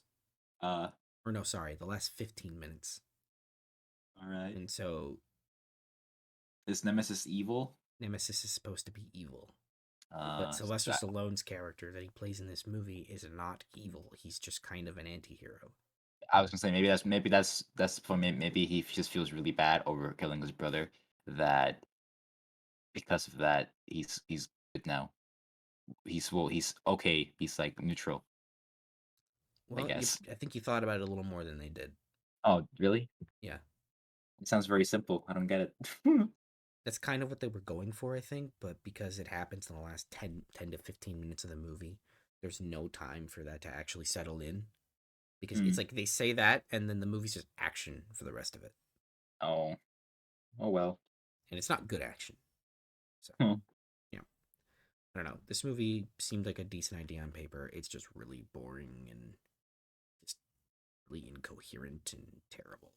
Yeah, 2 out of Oh. 10. I already flashed it up there, but yeah, 2 out of 10. This movie sucks. There it is. This movie's shit. All right, moving on. 3,000 Years of Longing, a movie that's not shit. 3,000 Years of Longing is the new George Miller movie. And if you know anything about George Miller, or even if you don't, or if you know what George Miller's made, he made Mad Max Fury Road And Happy Feet. and Babe. Oh my god. Yep, He's fucked up. he is fucked up. This movie is about Tilda Swinton's character, who is I guess, a historian for stories. Stories told throughout generations and generations, and how they can factor into our life. And when she picks up this memorabilia from a place she's staying in, she accidentally opens it, and out comes a djinn played by Idris Elba. And the entire movie is them swapping stories and kind of talking about their life. Mostly Idris Elba talking about his life. He looks like Dave Chappelle from this footage, from this little image, Yeah, this like a poster. visual character. Yeah.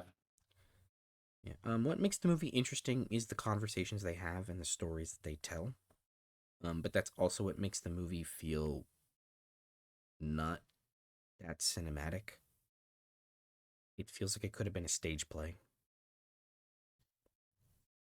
Mhm. I mean, there is like things that make it cinematic. George Miller does. He has his directorial flair and he's doing what he's doing. But it, for anyone who doesn't have patience, this movie could very easily be boring as sin because all they're doing is just talking to each other and telling stories. That can be appealing. It's appealing. I thought it was actually really. I didn't think that was what the movie was going to be at all because I didn't really know what Mm. it was going to be. But when it just became swapping stories and telling stories, I was like, okay, this is interesting. I want to see where this goes. And where it goes is it takes a turn towards the end, and it takes a turn that I did not enjoy. Mm. It kind of becomes a bit melodramatic in the end, and it doesn't quite work. But overall, just the structure of the film is weird because stories aren't equally told. Like sometimes the Jin just tells more stories than Tilda Swinton's character. Her character itself herself is not exactly fully like dynamic. She's not flat, but she's got like a basis and then not much outside of that. I Um, imagine she's more of the architect for us watching yeah, yeah, and she's probably hearing the more the stories. well, yeah, she's not. I guess she's the vessel for Idris Elba to tell his stories because Mhm. when he's telling his stories, they're told visually, so he's talking and we're seeing what he's talking about. Yeah, it's I don't know, it's a good movie. Um, Unfortunately for me, it does kind of fall apart in the end, which really does take away from a lot of it. Um, it's yeah, it's a very odd movie that's not for everybody, but I quite enjoyed it, and I would give it a 7 out of 10. Right. Yeah, it's a good movie. Um, Not for everybody, not even particularly that great. Good. Hmm. So yeah, next up is Barbarian, a film you still haven't seen, I'm close. and I'm not upset, but I am a little disappointed. You seem to be fighting an uphill battle with this movie. Apparently, I am fighting an uphill battle because Sebastian didn't like it, and I Sorry to hear. understand why he didn't like it, and it's completely fair. I really, really, really, really like this movie. I went and saw it at the beginning of September because I had some free time, and I said, I'll go catch a movie. Saw this was playing and saw it was getting really good reviews. I said, why the hell not? So I went and saw it in a completely empty theater, and I really liked it. Um, it's outside of Top Gun Maverick, the most intense movie I saw last year. Like I was like just gripping my chair with intensity. This movie is so well directed. And it's really I don't want to say like, I mean, it's unique, but it's not. How do I say this? It's really cleverly written, where the film structure is played with a lot, and I think that really does add to the intensity and the uniqueness of the film. If you don't know what Barbarian's about, I'm not going to tell you because you shouldn't know what this movie is going in. You should totally walk into this blind. I even heard of it at first. It's definitely the kind of movie that like don't even watch a trailer. Just throw it on and just watch it. The film isn't perfect, however. I think the film has particularly some um some sloppy writing in the ending. The ending itself is just not great. It does kind of like luckily the film these issues come in at like the last 5 minutes, 5 to 10 minutes, so it's not awful, but it is some sloppy writing because the film wrote itself into a bit into a corner, Mm, and they took the easy the main writer here, Zach Kreger, who's also the director. He took the easy way out in solving the problem because he wrote himself into a corner where there's no feasible way to solve the problem except for taking the easy way out. So I understand the purpose of the scene. I understand like what the film was setting up before it, especially seeing it a second time because I did watch this a second time on HBO Max. Uh, yeah, on that second viewing, I did pick up a little more on the details into why that scene happened, but I still think it's a bit sloppy in the end there. But overall, I think the film is just really well made, acted, put together, and is really clever and was properly intense. This movie's freaky as fuck. It didn't like scare me like Nope did, but this is a adequately just fucking like gnarly and disturbing movie. I really fucking enjoyed it. It's an 8.5 out of 10 for me. It's really really great. nice. I hope you see it at some point. I'll give it a shot. Yeah, I don't know if you'll like it as much as I do. I might be an outlier on this one, but man, I hope you do. All right, what's next? Do Revenge. Okay, this is a movie I saw rather recently. So, Do Revenge is a Netflix film about uh, this girl on the right here, Camila Mendez. She plays, what is the character's name? They say it so many times, and I can't remember what her name is. Wow. Drea. She is like the high school queen bee. You know, she's Miss Perfect. She's the most popular girl. She's got the hottest boyfriend. Everything's going well for her until um I knew it. I knew it. It was there had to be an until. until a very naughty video of her gets leaked out to everyone in the school. And she gets put on social probation because she beats the shit out of her boyfriend because she sent the video to her boyfriend. So Jesus. naturally, she would assume he leaked it because he's the only person that she sent it to. Huh. And so she gets put on social probation until the next school year. And during the summer, she meets Maya Hawke's character, Eleanor, and they kind of swap stories about how they've been done wrong.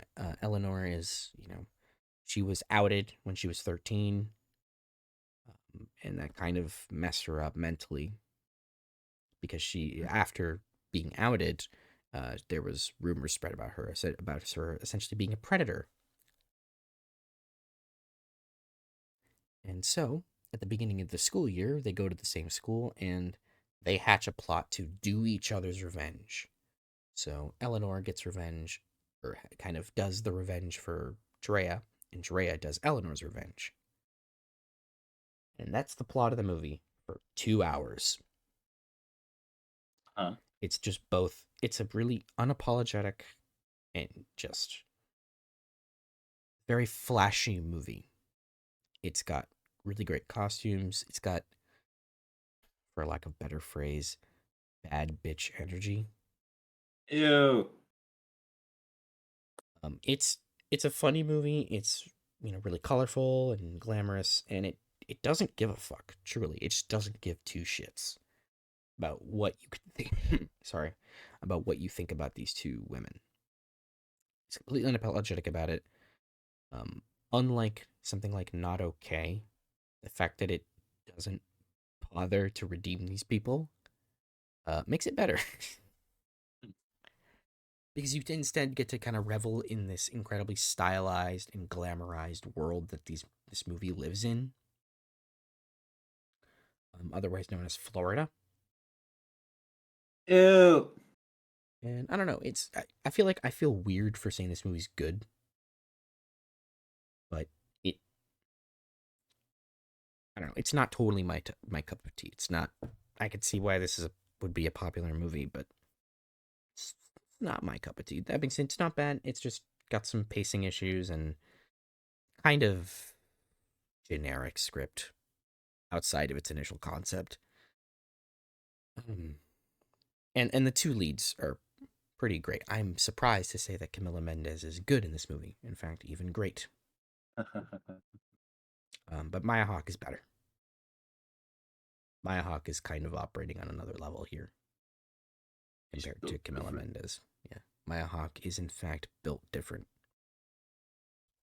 It's not like other It does girls. have a really good twist in the third act, Twist. and it's a pretty good one, and it actually does work when you connect the pieces together. So yeah, good on them. This is a 7 out of 10. It's a forgettable movie though. Yep, it's already out of my brain. Oh, what movie is this? I don't think I've seen it before. Fuck is do revenge. Yeah. Is See How They Run, which is a movie I saw. This is I think straight up Agatha Christie murder mystery based on a stage play. It's pretty okay. It's Cast okay. is very good. It's not. I think this is gonna be the one where it's just like I recognize that it's good. It's not terrible, but for me, it's like okay. I just wasn't into the movie's vibe. It's a very kind of goofy, silly.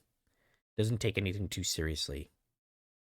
Um, it's a really well put together production. All the actors are doing a good job. The script's not even terrible. It's just not my kind of tea. The execution and tone were just a bit much for me, which is gonna make me sound like a hypocrite later. Later. Yeah, Hmm. but Saoirse Ronan is like the best part of this movie. Yeah, I don't know. I'm gonna be quick with this one. This is a 6.5 out of 10.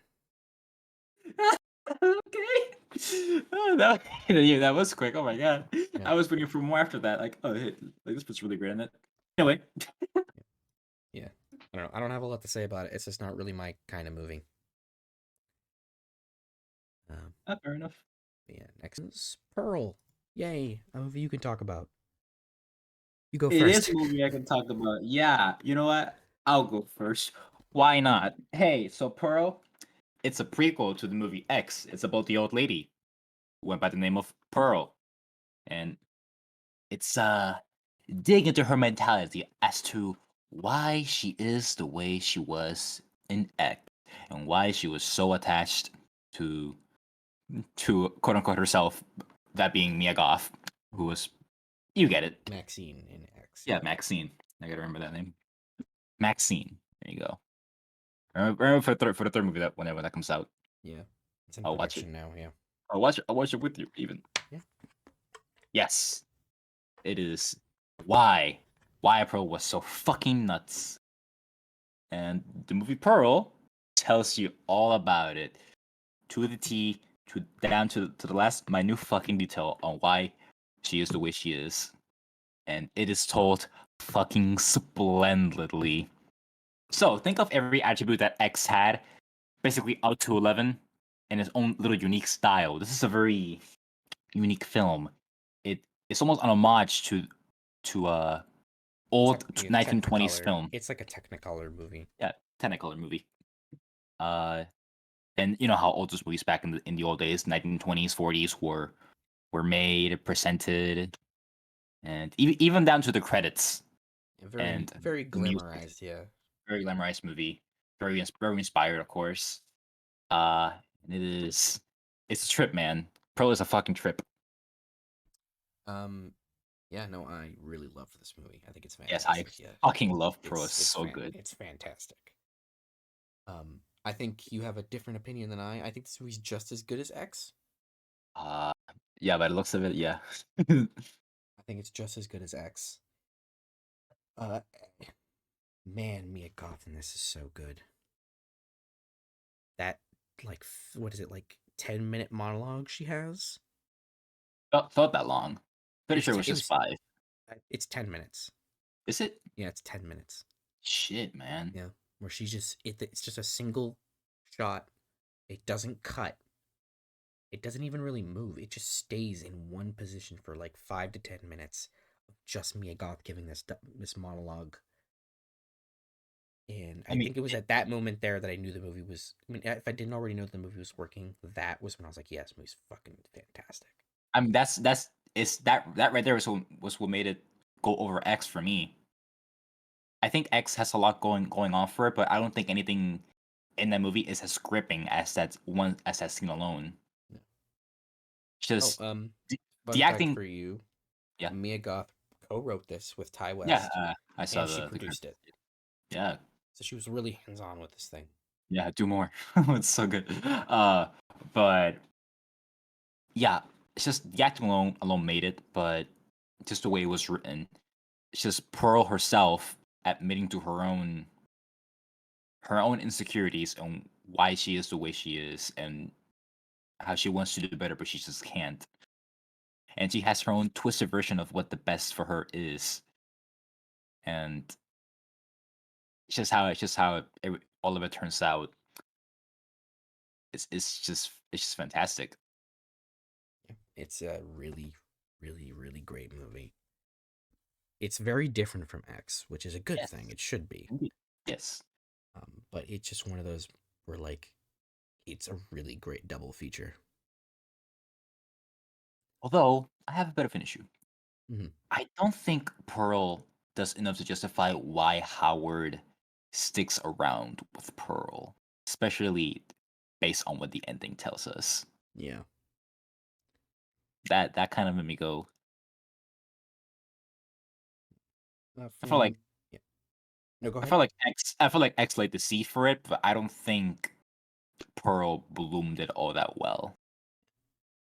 Mm, For me, what kind of puts Pearl down is for X, it was kind of just stock characters, pretty stock characters outside of Mia Goth Maxine. And this one, for me, it's just some questionable character choices, like the stuff with the mom, like the blow up that the mom has in the middle of the movie. I don't think was quite earned. Why is that? I don't know. For me, it just felt like just random. Like I knew why. I kind of knew why she was mad, but the point that she explodes for me just felt off.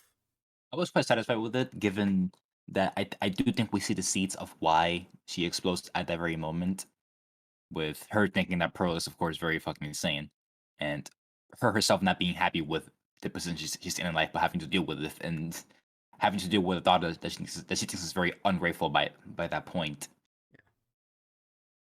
But yeah, I felt it was totally earned. What I didn't feel was totally earned was the escalation of the argument where they started fighting Yeah, and she the fucking the burned to esca- death. the escalation in that moment was like, okay, we just got here now. All right. Okay, oh here we are. Cool, okay. But yeah. No, otherwise, I think it's a pretty phenomenal film. I'm gonna Indeed. give the same score I gave X, a 9.5 out of 10. I'm giving it a 9.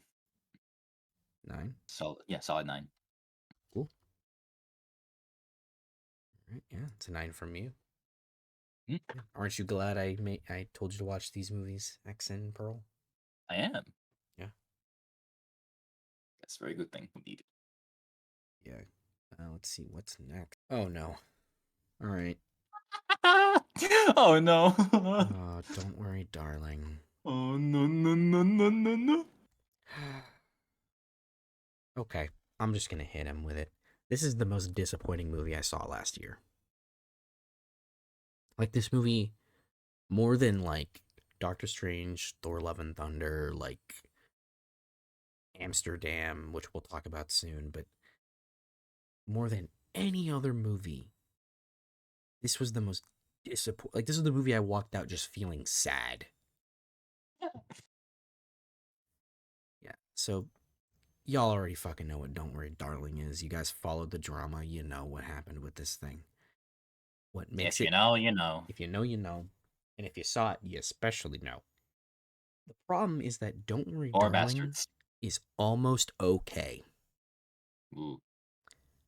But then the movie just has the most ridiculous structure I've ever seen. I'm exaggerating, but what the fuck? What movie has a first act, forgets the second, and just jumps right to the third? Uh, What movie for an hour and 45 minutes is just the first act? And then you suddenly just jump into the third act for the next 20 minutes, and then the movie's done with no satisfy Transformers? with no ending, just no ending. It just ends in the most unsatisfying, ridiculous, poorly written ending that I've seen in a while. Like when that movie ended, everybody just went, because I saw it in the theaters and it wasn't a packed house. When it ended, everyone simultaneously just went, the What? fuck? Like that's it? It's over? Like audible? Like, Like oh, all what the like there was fuck? audible like laughs. Like fucking really? That's it? Uh, Yeah, no, that's funny. this movie's not good. It what makes it bad comes down to its writing and its Mm. reveals and just how unsatisfying it all is. Because the movie has good build up throughout. You know, the questions are being asked and you're interested and invested into the story and what's going on, and especially because Florence Pugh is just absolutely hard carrying this movie with her entire fucking body. Poor girl.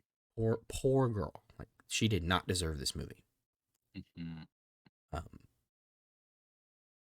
yeah, like everything is set up, everything is there, and then they forget to do. And then by like the point where you would get into like what would be the second act, the movie then just immediately gets to the third act reveal. It tells you everything. None of it's satisfying. It all sucks, and then the movie just kind of ends anticlimactically with no conclusion, no wrap up. It's just done, and it ends without telling you what happened to the main character. Like I'm not even gonna say much because Ernest, I'm telling you, watch this movie and you will have the most visceral reaction ever. But it's so long, I think. It's 2 hours. Oh, It flies by. okay. It's not a slow paced All right. movie at all. I don't even know what the hell Don't Worry Darling is about. I don't. I don't even want to say. Sure, I'll probably watch it. Yeah, it's on HBO Max. Is no harm, no foul. Oh, it sure is. Yeah, but yeah. The this movie is. It's just it's amazing how like 30 minutes of a movie can just ruin the whole thing. The ending is just so abysmal. It just ruins whatever the movie had going for it. Um, 4 out of 10. Oof. It's a really good production. It's really well made, really well acted. Outside of Harry Styles, he sucks. But it just comes down to that writing at the end, and it's just not good at the end, and it just really fumbles the bag. What could have been, at the very least, an interesting film that has something to say, but it just doesn't work out.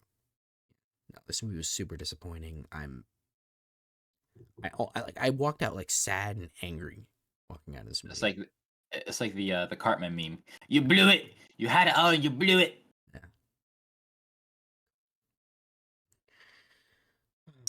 Oh fuck me. Talk about blonde, please. Tell me, wait, Blonde, how do you feel about Blonde? Blonde is god awful. You know what? No, fuck this movie. It's 2 out of 10. Ana de Armas is brilliant, career That's defining, it. like fantastic performance, best I've ever seen her in a movie, and she's Yes. turned out nothing but great stuff. Yeah, she's a very good actress. Once again, more stuff. She's a very beautiful woman. She's fantastic in this movie. Perfect. Perfect casting. She's fantastic. This movie's god awful. No narrative and no structure. The most ridiculous shots I've ever seen. The most pretentious, exploitive piece of shit I've ever seen in my life. For 3 hours, you have to sit and watch this poor Oh, geez, woman I be forgot it's three exploited hours. and molested and hurt and just, ugh. It's a terrible movie that dares to say, you exploited this woman. You, Hollywood, you ruined her. You exploited her and made her this way. Yet they have shots of her vagina and have a scene of her sucking off President Kennedy. Hmm. Go fuck yourselves. This Do movie actually made me mad. Fuck this movie. you recommend it? No. God, that movie That actually made. God, talking about that made me mad. that's what Blonde did to you. It made you smile. Inside Yeah. out, I was turned that frown upside.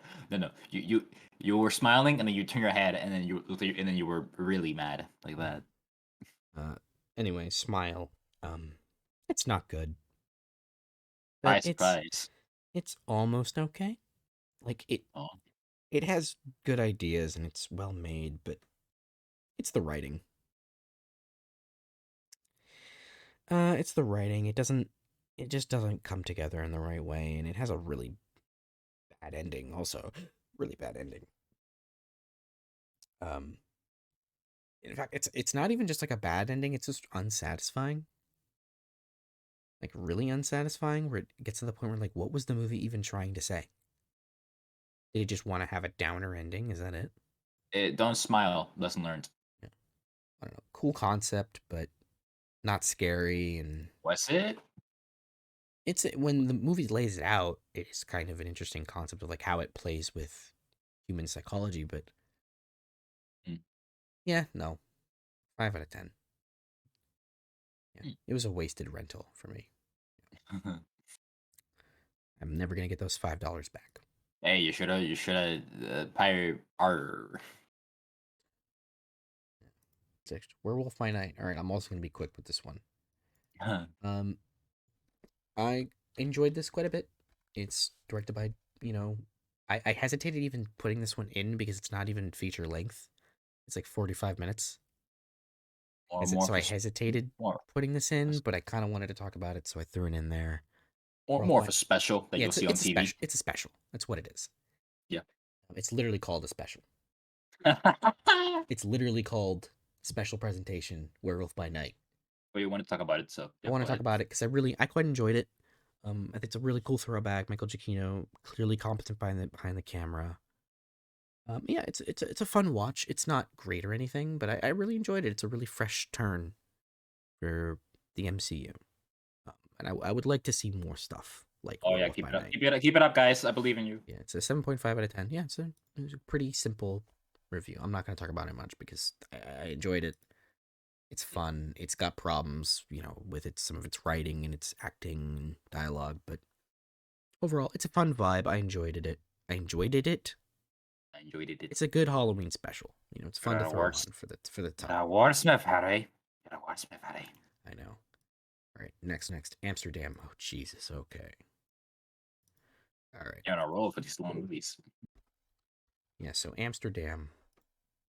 Uh, I guess by technicality would be right up there in terms of most disappointing movies of the year Yeah, look good. because it looked good and I was interested in it, and it's not good.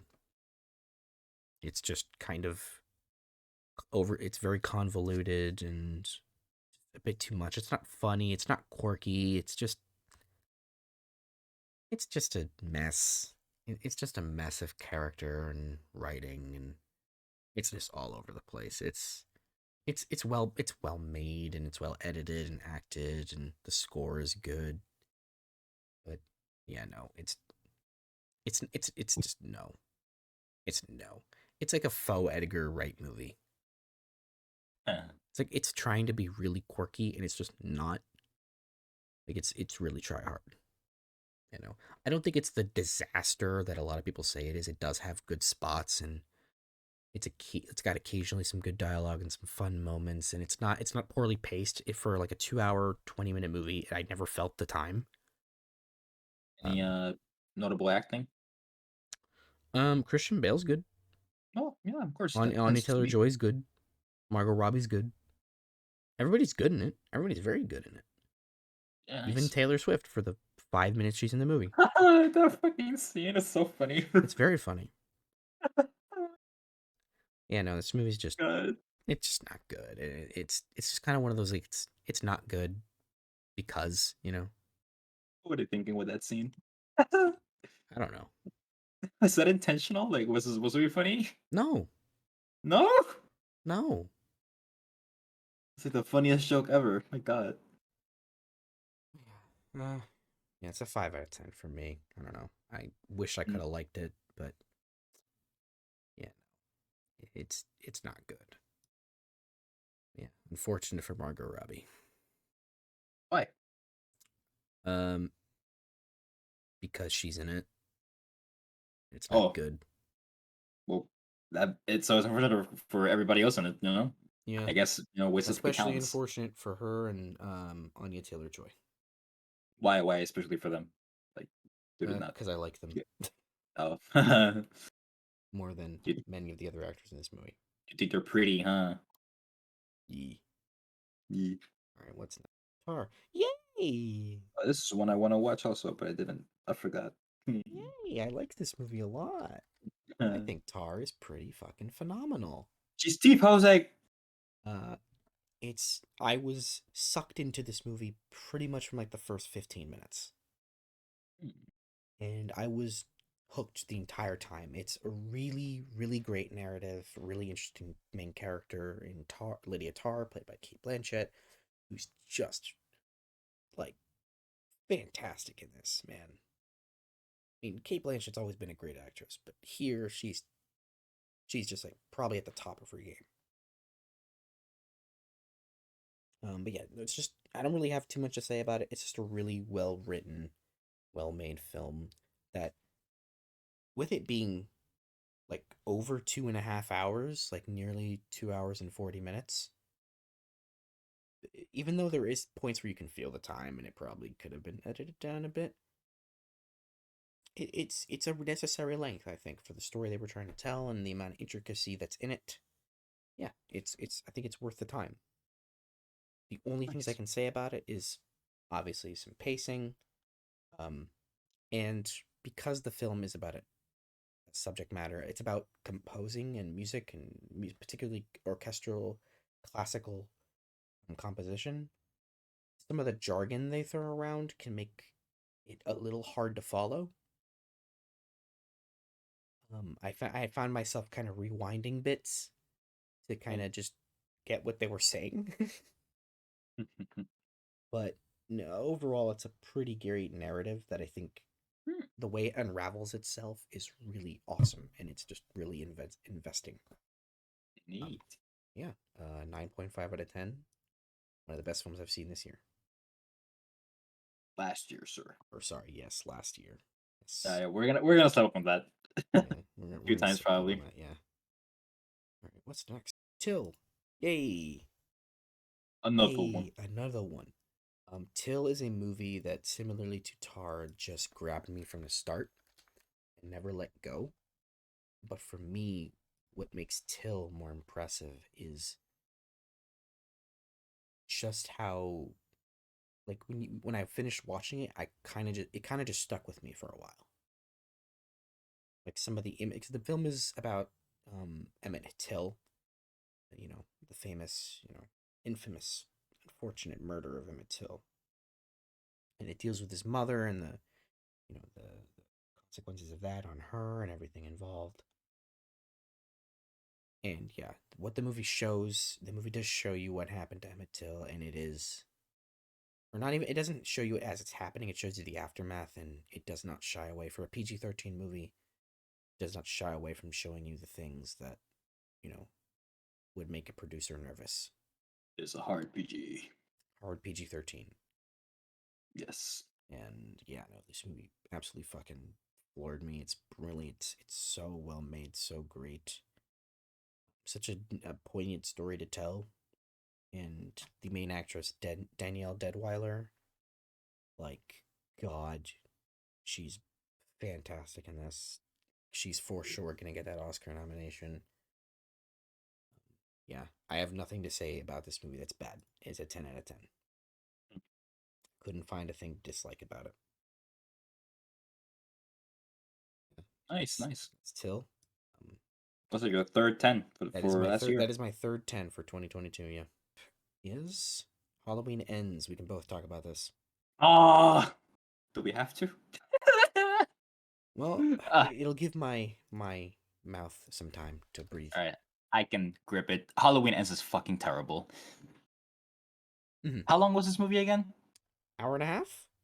Oh, too long.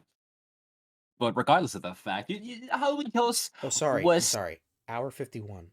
holy shit. Okay, all right. So Halloween Kills, when Didn't feel like it. felt longer for me at least. Sorry, I don't need to say anything good about this movie. Uh, yeah, stop it. Urgh. So I was gonna mention Halloween Kills, how that movie was really bad, but at the same time, it was We did a section fun. on it. Go We watch did. that. Check it out. If you wanted to see me rip into a movie. Halloween Kills was a bad movie as well. It was probably just as bad or worse as this one, but it was fun and silly. I had a laugh with how stupid it fucking was. I don't know what the hell I can find that's enjoyable Halloween ends about Halloween Ends. I think Halloween Kills, but without I don't know some of the Without Michael Myers. without Michael Myers. But then again, why would you want to have a Halloween movie without Michael Myers? Why would you want to do that, huh? Yeah, why That's would you very want to do silly. that? Yeah, why would you wanna? Why would you do that? Oh yeah, spoilers. Michael Myers is barely in the fucking movie. Mm-hmm. It's an aftermath until the end. Yeah. He's an aftermath for It, this. it mostly just follows around this kid named Corey. Yeah. But you Why? already know. Why? You already know. Why do you? Yeah, you already know. But why do you want us? Why does he hang around this kid called Corey? I don't know. He likes him, I guess. What were they going for in this movie? I don't know. I don't know. It was god awful. And incels stick together. Yeah. Says Michael as he as he kills. What's his name again? Corey. Corey. As he kills Corey.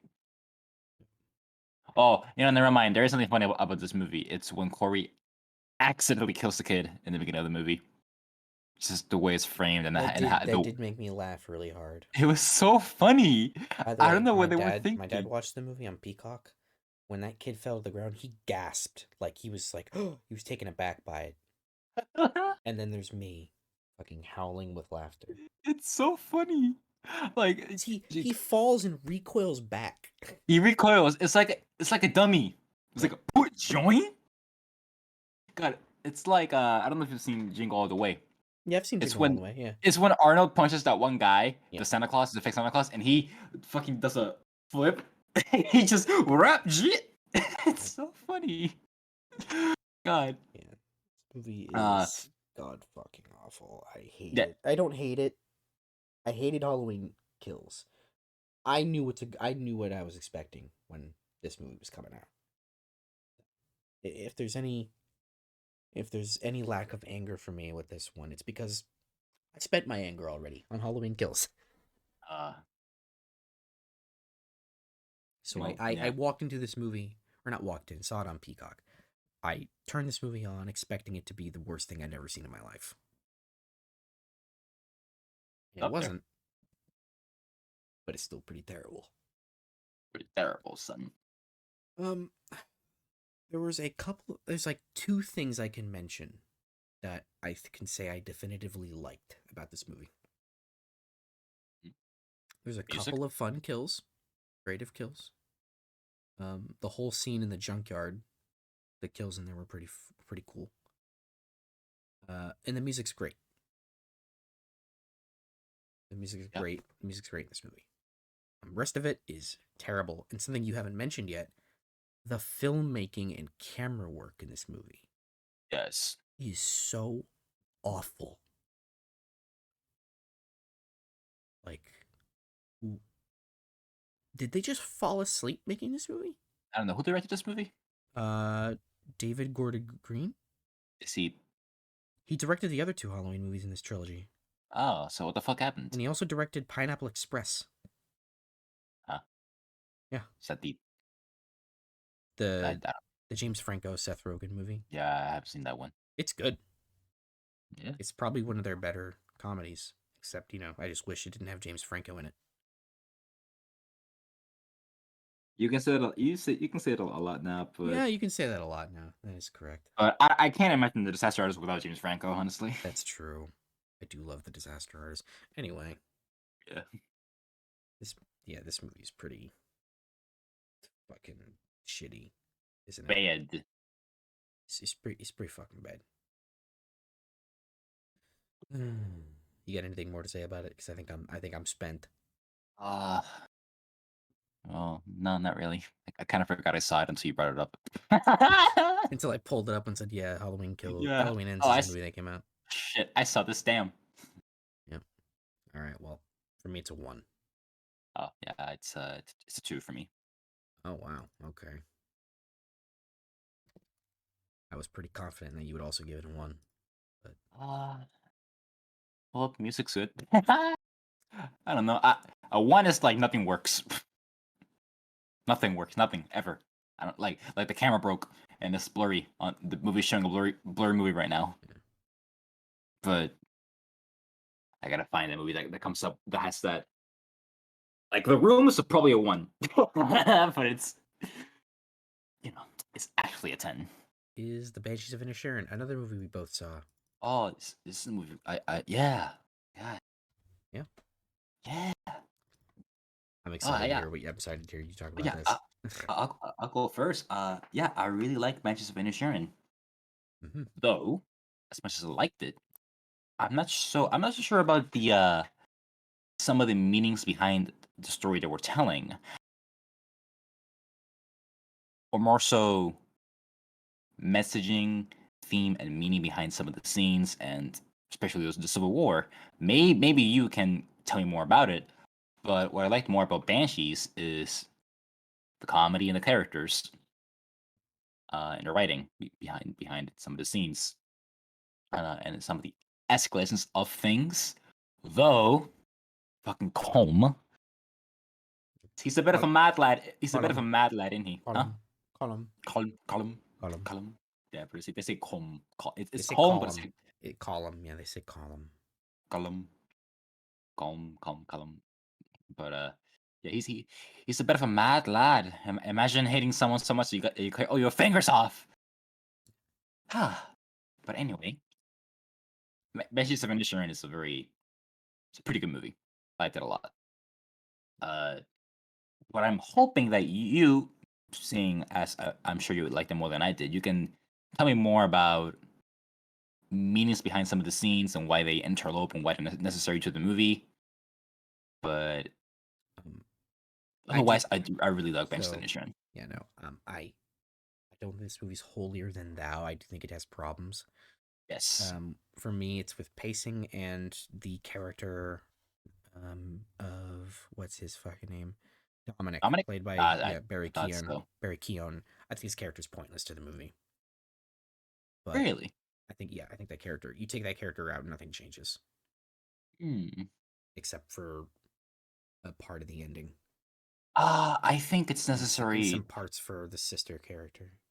Well, I want to say because if, but like the escalation, like the reason why the cop becomes so hateful of the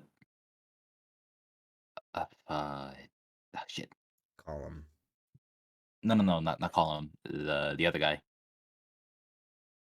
Oh, Colin Farrell's character. uh, Hardwick. Hardwick. Harik, yeah. Hardwick. The Yeah. reason because he becomes so hateful of Harik is because of Dominic. Because of the fact that he mentioned that he fiddled with his son when he wasn't drunk. Uh, Yeah, I'd I, say I felt like that I, character added nothing. I'd say you need Dominic for that. But that's one part of the movie that you don't really need in general, because the Really? main story is Harik and Colum, their Yes. breakup story. Yeah, you see, this is what I meant behind the whole meaning of certain parts of the movie and why they're there. Because I dug what I saw from the movie alone, everything that I saw, but I'm not sure about the why those things were there, and I want to know the meaning behind it. That's what I'm Well, not. it's for Colum. It's just he wants to cut ties with this guy completely because he's draining him emotionally and creatively. No, I understood that part of the film. I understood the purpose behind that. Just not like other things like what's the point of the Civil War happening? It's just a historical backdrop. There's no Right, meaning for it narratively. It's just for history purposes. Because that what right. it set place in that time that would happen that was happening in history, in Ireland's Hmm. history. So it would not make sense for that to magically not be there. I mean, I was gonna say at that point, don't have to take place at that time, but I don't know. It also I'm sure adds there's some agency for the sister character because she wants off the island and she wants to go help out. She wants to go there do you something because she hates the island. She hates everybody is on the island. there you go. Um, I this is the first Martin McDonagh movie I've seen. You saw Three Billboards. I haven't seen anything from him. This is the first one I saw. Yeah. Even though I think this movie has problems, I fucking love this movie. Also, I think it's just absolutely brilliant piece of character writing. Just those two characters, Colin and Parwick, and Colin Farrell and Brendan Gleeson. Those performances are they just knocked out of the park. Yeah, And I want to mention the sister character played by Shaban, played by Carrie Condon. She great. was also like same level as them. She was, she And was her great. role is really important. Is so she doesn't work. It's there's a problem, Yeah. and she elevated that shit, man. I really love this film. I think it's phenomenal. It's just really great character writing, cinematography, and just pretty solid story to tell. I would give it like a 9.5 out of 10. It's pretty solid dark comedy too. Yeah, it's a good dark comedy. Yeah, Yeah. yeah. I don't know what you would give it. I could take a guess, but I don't know for sure what you would give it. I am at a 8.5. Okay. I thought highly of it more when I saw it at first, but then I thought about it. I'm like, kind of went there for me. But yeah, 8.5. I think it's a really great movie Yeah, that I wish I understood more. But maybe after another watch. yeah. I want to watch it again at some point. Yeah, for sure. It's fun. It's fun watch. Yeah, Oddly enough, yeah. Next up is Raymond and Ray, which is a movie I get to talk about. Raymond Uh, and Ray. What clever names. yep. There's a reason for it. They're Oh, both named Raymond, so yeah, I was gonna they're say named. Raymond. Ray is just short for Raymond. Yeah, So they're both named Raymond. So to distinguish them, one of them took Raymond, the other is Ray. Raymond Jr., Raymond Jr. the second. Yeah, this movie's Fix pretty it. bad. Oh, It's a dark comedy where nothing makes sense, nothing is funny, characters go nowhere, there's no development, nothing really happens. And did I mention it's not funny? oh, And is it all a the comedy? actor, yeah, it's a comedy, it's supposed to be. It's not Oh, funny, allegedly. and none of the actors are doing a particularly good job outside of Ewan McGregor and Ethan Hawke. Um, that's it. That's it. It's boring and dull as sin. It's an hour and 40 minutes, and it felt like 4 hours. I don't want to call it like terrible or anything because it's not terrible, but it's not good. It's a 4 out of 10. You need to convince yourself of that fact. See, Hmm? I'm not sure you're sure about it when you say that. Yeah, it's a 4. All right. It's a 4. The only reason I don't go lower is because these actors do a very good job. Neat. Next up is Black Adam, which we can both talk about. Ah. So you go first. Uh, well, hey, we can safely say that the movie saved the DCU, right? Right? No. In fact, it's probably the most pointless movie I've seen this that last year, with all things considered. Why would you say that?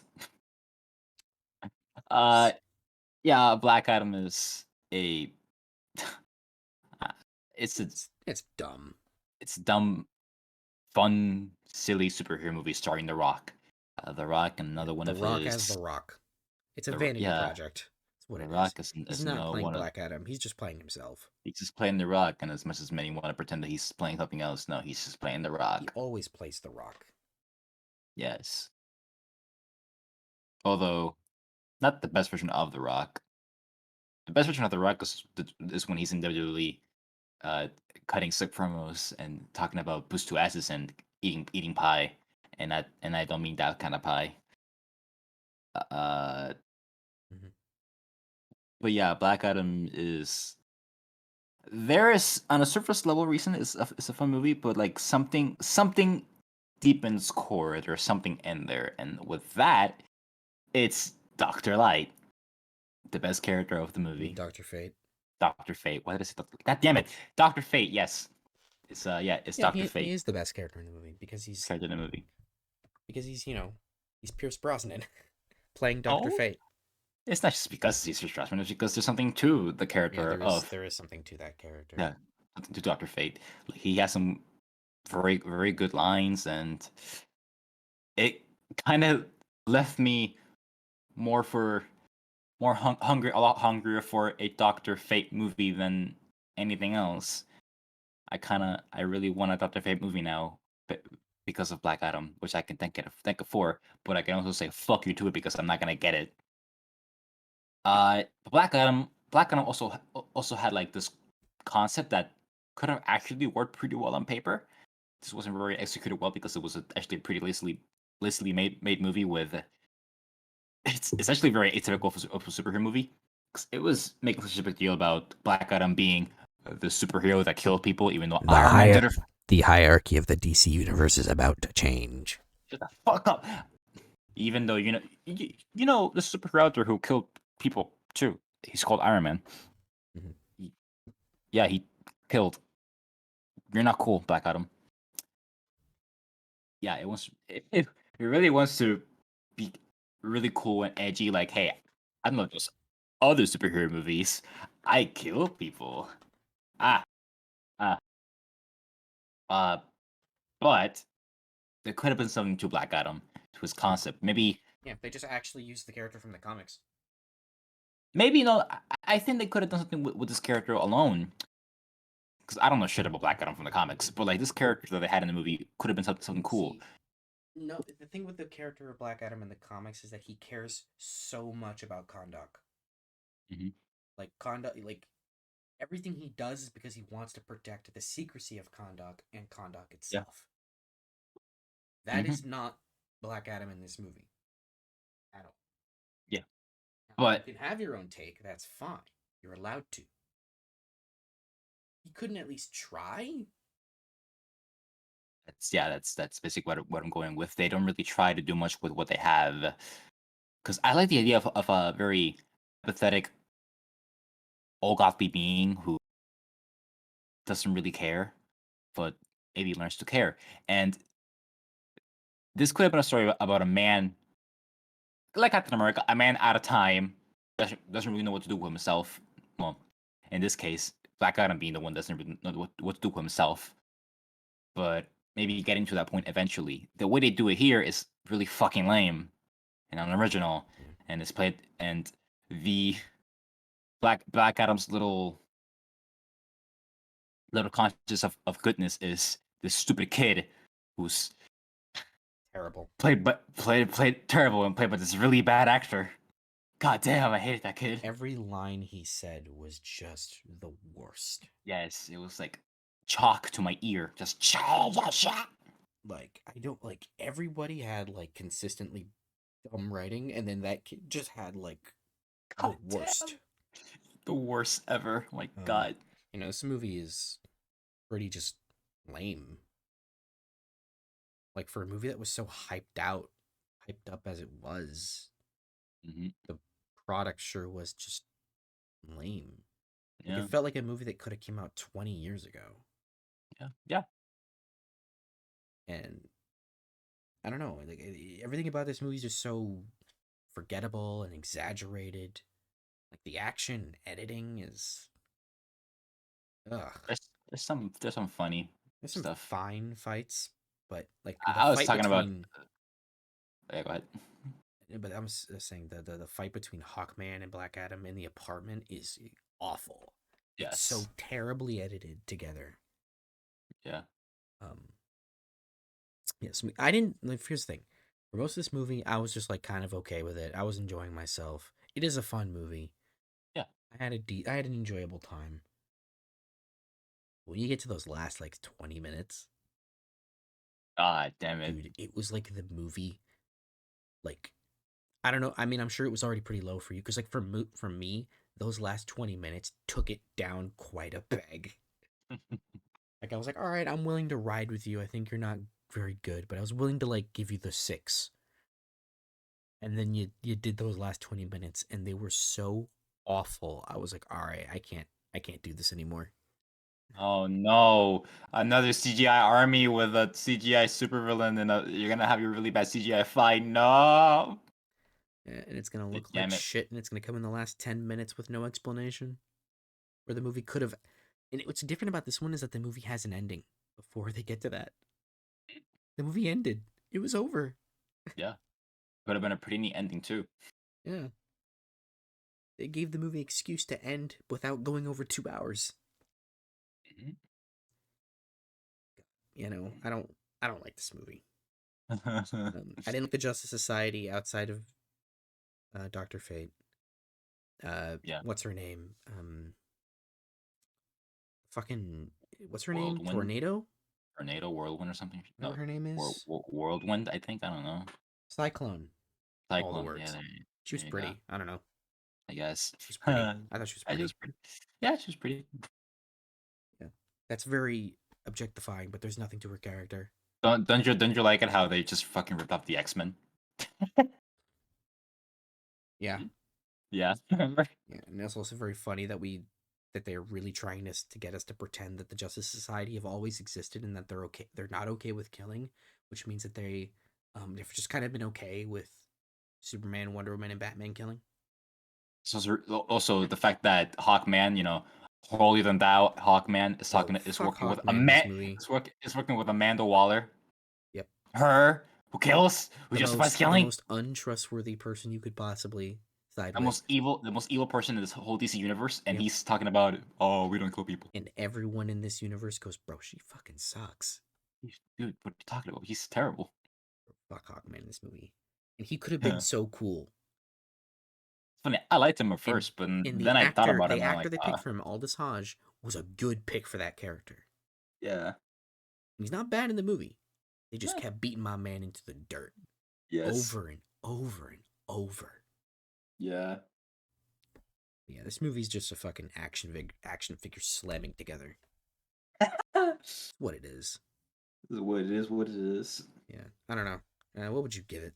Uh, I'm at a 4. Four? Yeah, I figured. Yeah. Yeah, for me it's a 5.5. I enjoyed it more than like Multiverse of Madness. Oh, for That's sure. kind of where I For graded it. Yeah, for fucking sure. My that's God. where I kind of put it over the curve. I was like, did I like this more than Multiverse of Madness? Yes. Did I like it more than Love and Yes. Thunder? Yes. Okay, there we Yes. go. That's where it sits. Yes. Yeah, Black Adam. It's a movie. It is a movie. What's next? Oh, here you go. All Quiet on the Western Front. This is Uh, all you, this is buddy. this is all me. All right. So all Quiet on the Western Front is all German movie based. It's a German made movie, completely German. It's based on a short story, no? Yeah, it's actually based on a really long movie from all the way back then, all by the same name of All Quiet on the Western Front, made in 1930. hmm Which is So itself based on a old story. I think so. I Yeah, didn't look too much into it. I just knew that. I heard it's based off of a short story. Yeah, I just knew that this was a remake. And yeah, this movie just kind of caught my attention from some little ads on Netflix, some people talking about it, and I thought, okay, I'll give it a shot. I've only ever seen one other German movie, and that was Downfall. the movie about Hitler's last days in World War II before he, you know, Hmm. offed himself. Which good movie by the way. Watch it. Downfall. I think I'm pretty sure it's called Downfall. I'm not getting the name wrong. I think, but yeah, All Quiet on the Western Front is a pretty good movie. It is. I've seen a lot of war movies, like a lot, but All Quiet on the Western Front is, geez, it's probably the darkest war movie I've ever seen in my life. It is insanely crazy how real the movie seat really feels. Dark and hard, sometimes really hard to watch. The performances by the uh the actors is pretty good. It really makes it feels like they're not acting, feels like they're Mm. in the battlefield, giving just laying their heart out, being really vulnerable and scared for their lives and the people around them. But yeah, this movie really digs into me with how awful war is. And yeah, I don't see a lot of World War One movies, so this is a pretty cool take on it. And you also don't see a lot of movies that are about like the German side. At least I haven't seen a lot of movies that give perspective on the Germans. Hmm. Because World War One is a very how do you say, there is no clear bad guy in World War One comparatively to World War Two when we knew who the bad people were in that war in that conflict. But World War One, it's just no side in that war was justifiable or above the other. They were just they had their reasonings and they were happening. Well, All Quiet at the Western Front really digs into the perspective of these characters and how they were put into the conflict and just sometimes enjoying the finer moments before they go off to battle and die probably. And what made it really endearing are those parts. Yeah, it can be endearing with these characters being together, making the best that they can of the situation when they really just want to go home and not die. And it's also really tragic with how everything ends and with the characters. But yeah, All Quiet the Wizard Front is pretty great. I like that a lot. I recommend it. What would you rate it? I'm giving it an 8.5. All right. All right. Might be hard to watch. I'll say that it's not. I don't think it is for everyone. Mm. It's a rough watch with how real it can get. Yeah, bet. All right. Cool. Yeah. Let's see. What's next? Causeway. Okay, this is a film I saw. It's on Apple. It's a really simple, just character film between Oh, bro, Jennifer it's Lawrence. yo, it's oh shit, it's the first action star. The first female action star. Oh my god. Yeah, it's Jennifer Lawrence and Brian Tyree Henry. She plays a veteran who's just recovering from a really traumatic brain injury. And she's just kind of getting used to getting back and adjusting to life now. Civilian life. Hmm? Civilian life, right? Yeah, civilian life. But she wants to go back because she was a researcher. And so she wants to go back to Afghanistan, but injury, along with her, her anxiety issues and all sorts of her mental state specifically, causes her to not be able to go back, or at least immediately. And so she meets Brian Tyree Henry's character, and they form like a bit of a bond together. And the film is just them kind of talking to each other occasionally and exploring their mental states. On paper, it sounds like a pretty easy, you know, movie to make great. Unfortunately, there are parts of it that don't quite work for me. For me, it's just I didn't find it particularly compelling. Hmm. I wasn't totally invested in Jennifer Lawrence's character, and the film being only an hour and a half, it doesn't delve into much. But I think there could have been more done there. I think. I don't know. The film just for me just didn't quite totally click into place. Yeah. But what it does have is obviously fantastic performances from Jennifer Lawrence, and particularly Brian Tyree Henry, who I think will be, if he's not nominated for best either supporting actor or actor, a major injustice will have been done. He Poor man. is brilliant in this movie. As is Jennifer Lawrence, she's fantastic. Maybe the best I've ever seen her, Like, but yeah, for me, it just didn't totally work.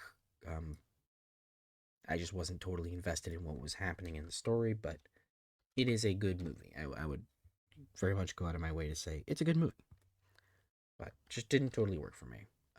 I'm gonna give it a 7.5 out of 10. okay. Yeah, wish I could have given it higher, but it is what it is. Woody woody dee. Is Enola Holmes 2? Okay. I'm gonna be kind of quick with this one. I really liked the Alright. first Enola Holmes. I thought it was pretty surprising and just really fun, more adult. I guess it's a family movie, but you know, yeah, it was surprisingly adult mature. This one is just manic as all fuck. It's edited insanely. It's got a much grander plot. There's good aspects to it. I think Enola and particularly Sherlock Holmes, they all work pretty well together. It's a decently structured film. It's just it all kind of comes apart in its editing, and it's just a little bit much. It's very high energy, and there's parts of it that are a little too high energy.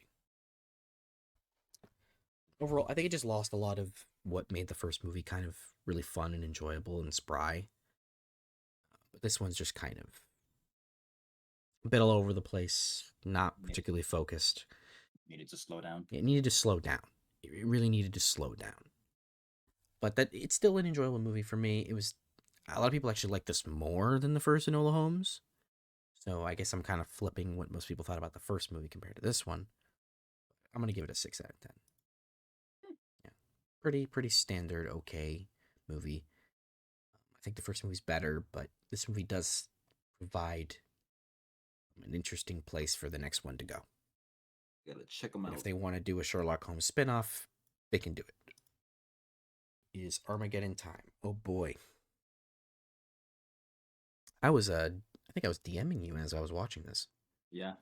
Yeah, you Yeah, were. this movie's not good, and I think everybody's on fucking copium or just absolutely insane to say this movie's good. This movie has the most unlikable protagonist I've seen in a while. He's just a little shit, and I hated him. Little shy, I hate He is him a and little one big shit boy. who I absolutely hated. None of the characters are good people, Except for Anthony Hopkins, you except say, for right? Anthony Hopkins.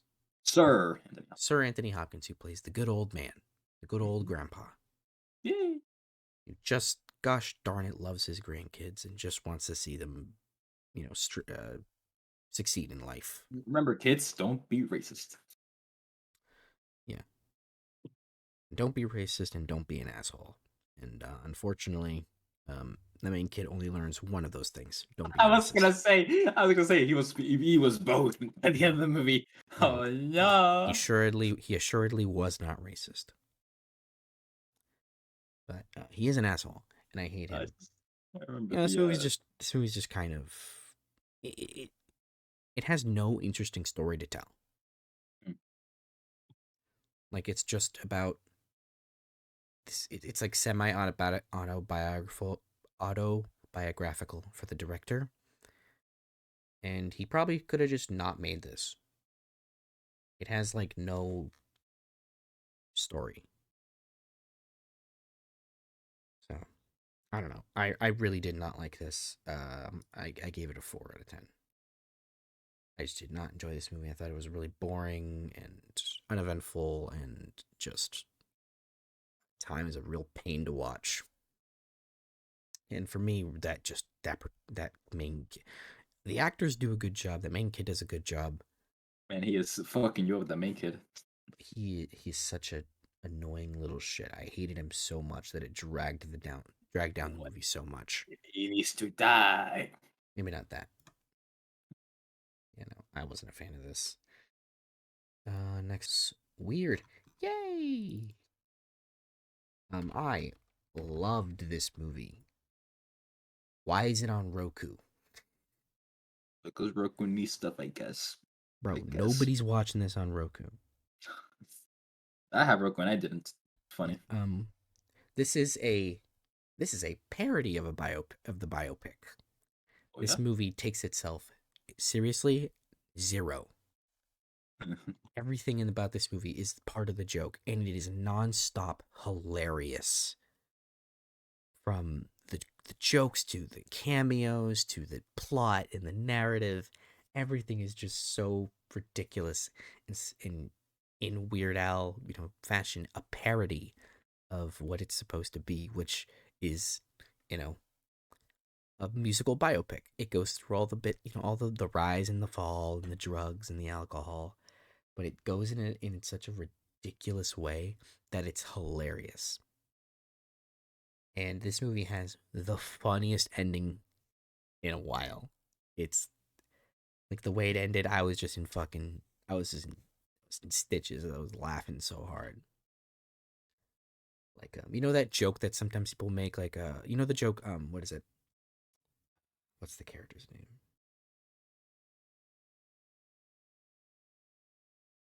Yeah, it was like say like I don't know. Fucking Nemo shot dead in Mississippi. Ah. Like take that, but like literally Weird Al shot dead. Yeah, yeah, like right. What the fuck? That's how the movie ends. Weird Al gets shot dead. Yeah, Just in real life. it's just like real life. This movie is absolutely fucking hilarious, and Daniel Radcliffe is amazing in this movie. He's Nice. great. Good. Yeah, he's great in this movie. God, I love this thing. The only issue I can come up with is that it goes on a bit too long. I think. Come up with. I think it goes You on a should, little too long. It's like word that. You should word that better. That you can come up with like, what? You want the to make it movie's up? about hour 50. Probably didn't need to be. It probably could have been a little shorter. Probably could have been cut up a bit. But Okay. um, but yeah, no, this movie's endlessly not endlessly funny, but it is pretty consistently funny throughout. I had a great time. Funniest movie of last year, 9.5 out of 10. It's pretty great. Next up, Wakanda Forever.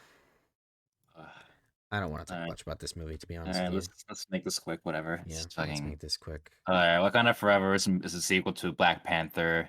We, they had the unfortunate thing of being having to make a movie without Chadwick Boseman. May God rest his soul.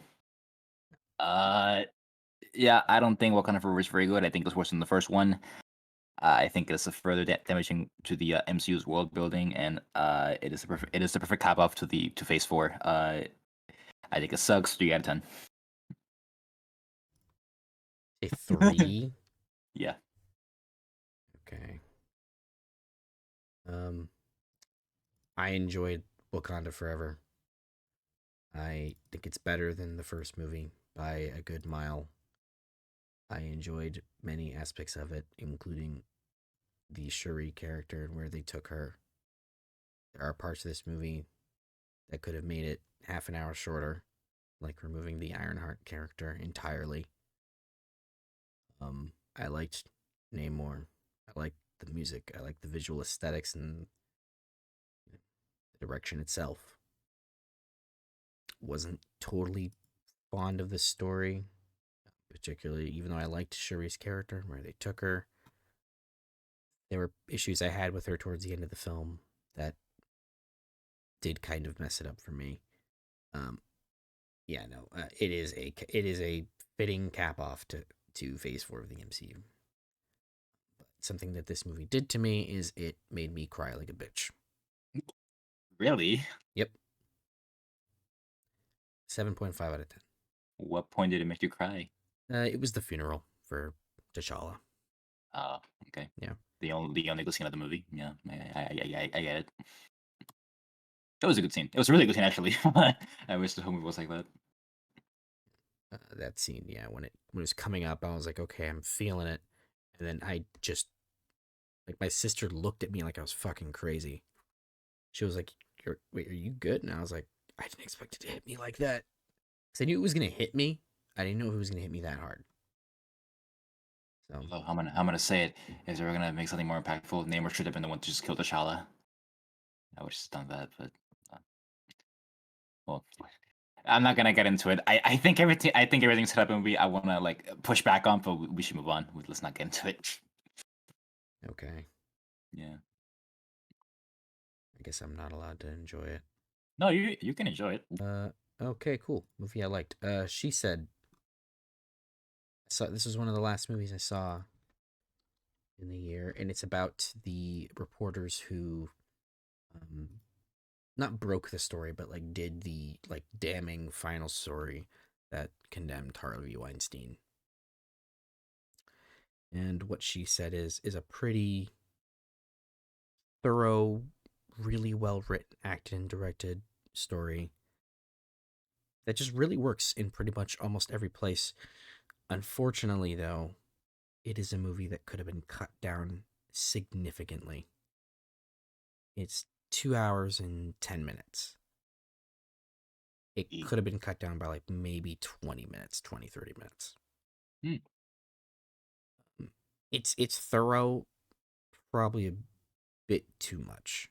So, but what it does incredibly well is really put you into like there's scenes where they don't show what Harvey did to some of these women, but all they do is they show you images of the rooms and play actual audio of conversations. I would want to fucking see it.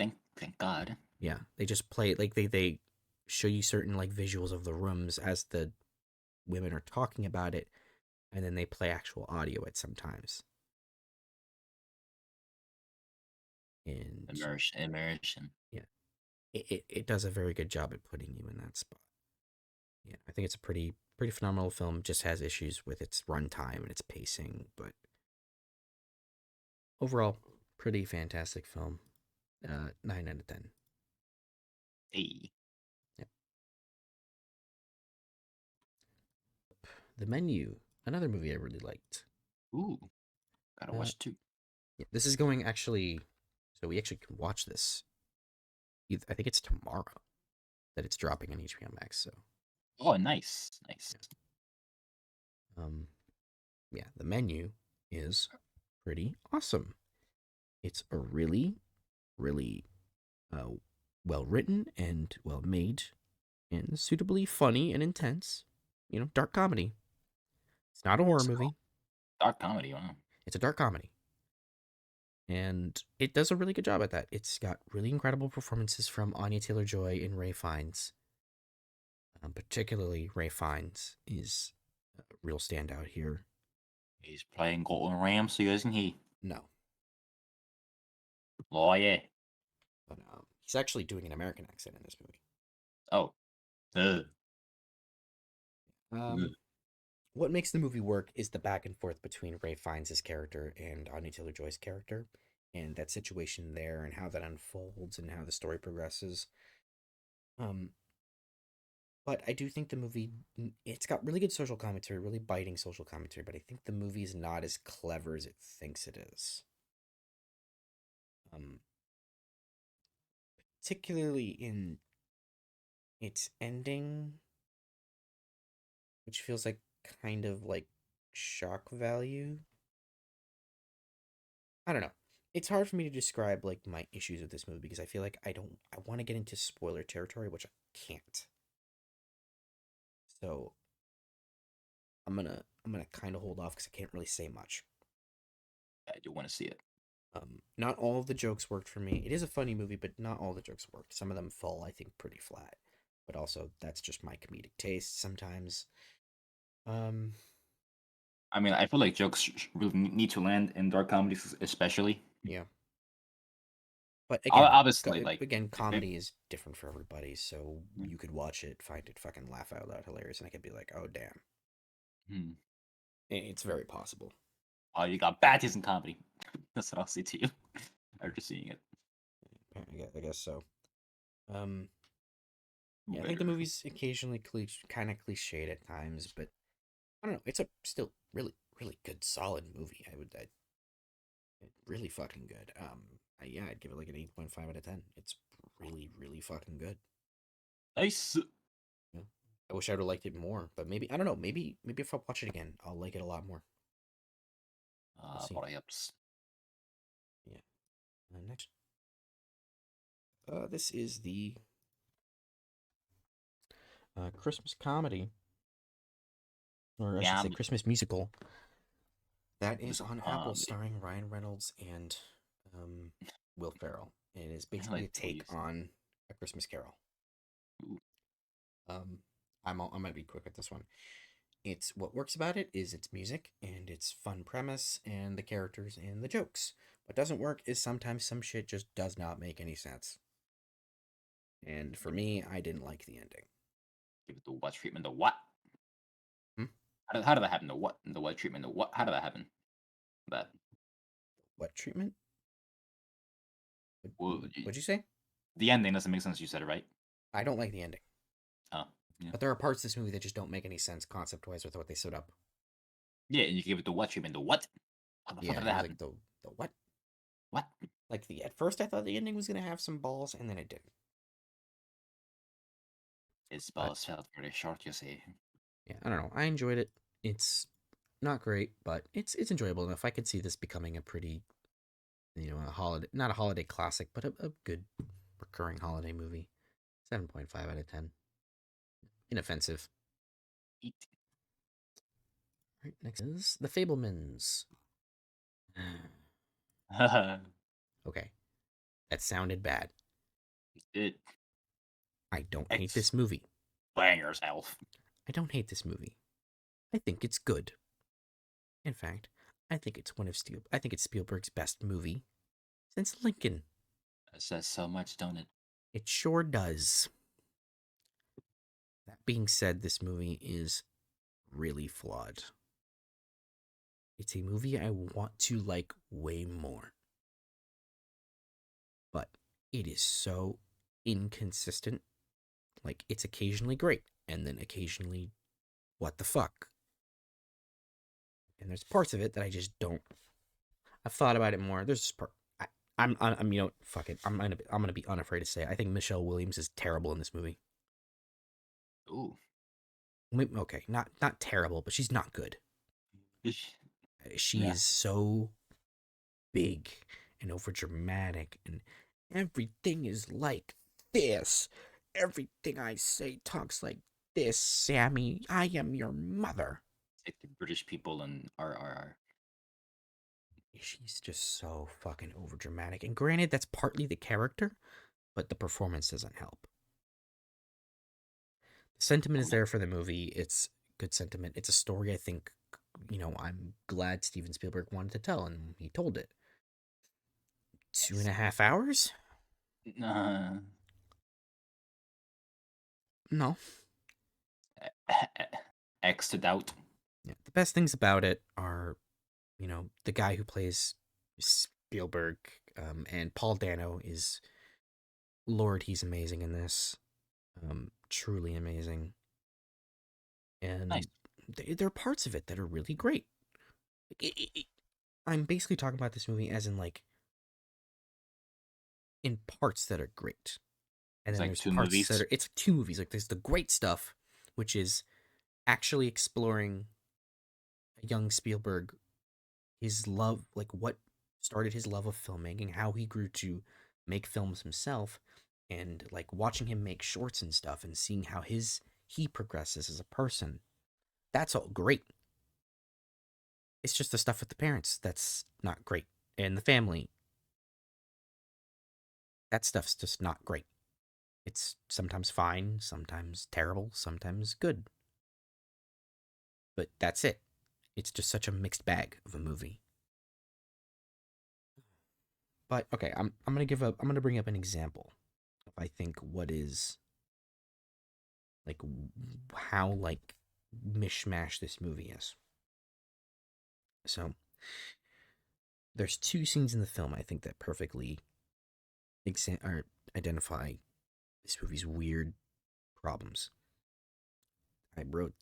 I'm reading this from my letterbox review that I wrote on the movie. I said they happen relatively distant from each other, but contain the same subject. One scene is of Sammy, the main character. He's supposed to be young Spielberg. Yeah. Sammy editing a camping trip movie for his mother. And as he's editing it, he realizes something about his mother that startles him. It's a fantastically directed and edited scene that feels right. Then a few scenes later, we get a scene of Sammy and his mother hashing it out. Um, the motivation for the scene is there, but the performances from both Gabriel LaBelle as Sammy and Williams as Mitzi make the scene more dramatic and laughably goofy. Much of the film is like this, where there's some incredible scenes that flesh out the characters and feel right for the story, but then some scenes that just drag out the runtime to further embellish Spielberg's childhood.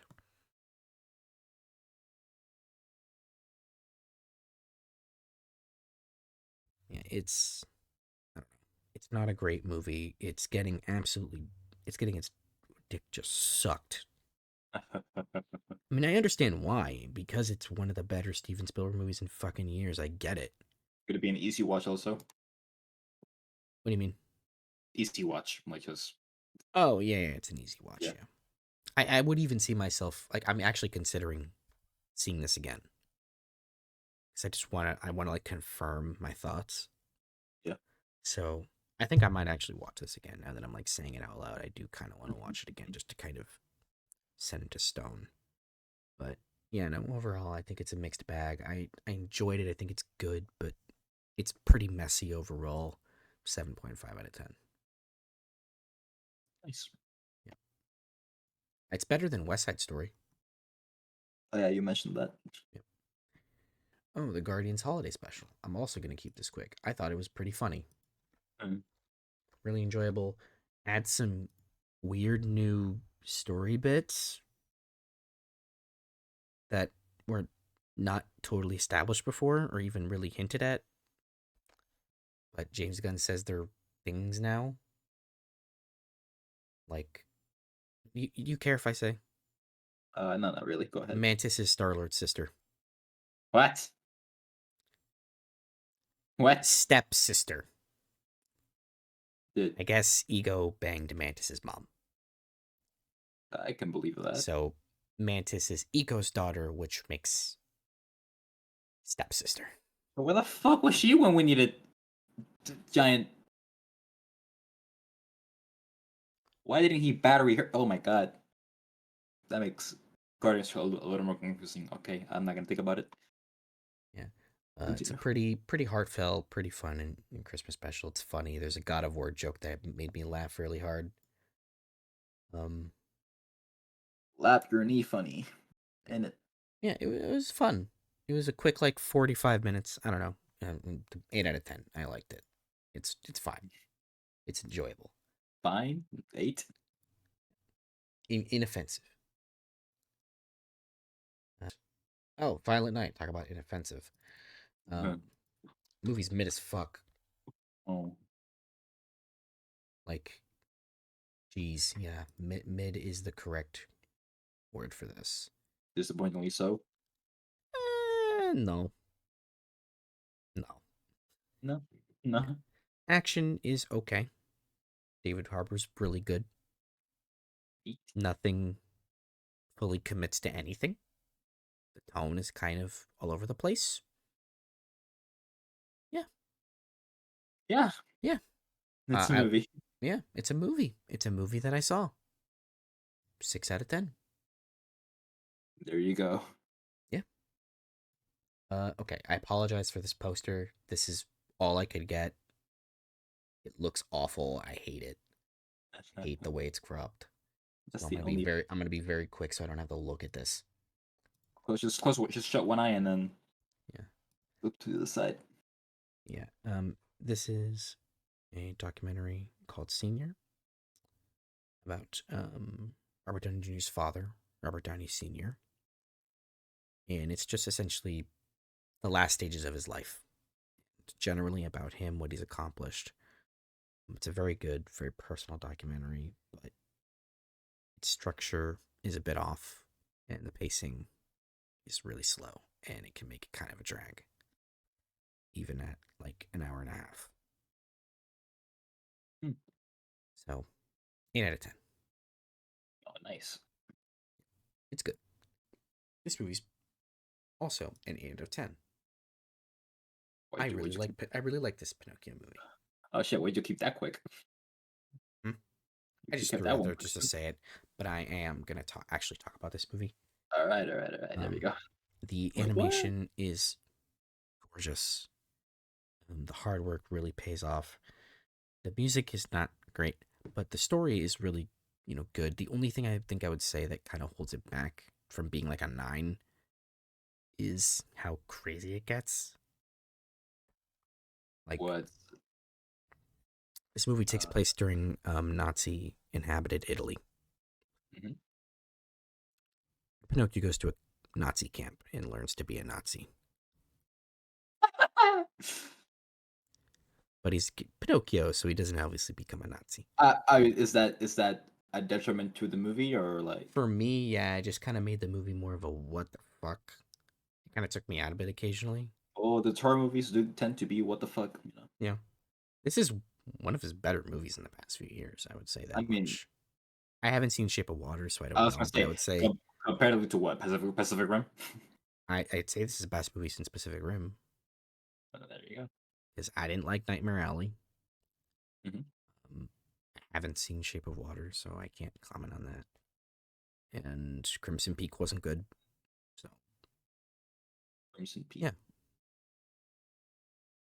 I don't know. I quite enjoyed Pinocchio. It's pretty good, pretty Nice. good. Yeah, I'm hearing high praise about it. it's maybe a bit too long. It's 2 hours. How long? Oh shit. Is Avatar: The Way of Water all you, buddy? Uh, right. Out of the Way of Water. Because Uh, I can't fully. But I would say, this is something I've been thinking about. I would say hold off on a lot of your thoughts yeah, because sure. when I eventually watched this, because I didn't fully finish it, I had to walk out because I had a really bad anxiety attack. He was dying. Um, when I eventually do actually watch it, I think we should do a whole section on it, Yeah, sure. both Avatar 1 and Way of Water in one section. Oh yeah. Oh shit, that's a long one. Okay. Yeah, they're long movies. Uh, so yeah, Way of Water. At first I thought a lot more highly on it. I didn't think it was a very good movie coming out of it, but I really liked it at first. Thinking more and more about it, having conversations about it, it's a little lower in my mind. It's more so the same on a set of my feelings. It's a very, very, very pretty movie. It's probably the best looking movie I've ever seen in my life. Uh, there's some fun action in the movie. Music is good, not as good as James Horner's masterful score from the first movie. Uh, you told me to hold my thoughts on it, right? So, As much as you can. Obviously, say whatever you feel, but all right, movie's too long. Like, I feel like that's obvious, but like, I feel like this show was intentionally comically long. Like, they were having scenes that went out. They did twice, but at the same time, they wanted to expand those scenes as long as they fucking could. It was pretty unbearable at points with how long they went unnecessarily so. Had no need to be that long. Like they were shooting nature documentaries while also telling us, look how pretty our movie is. Look, it's so pretty in it. Yes, yes, James, it's very pretty. Yes, it's very pretty. Why is it still going?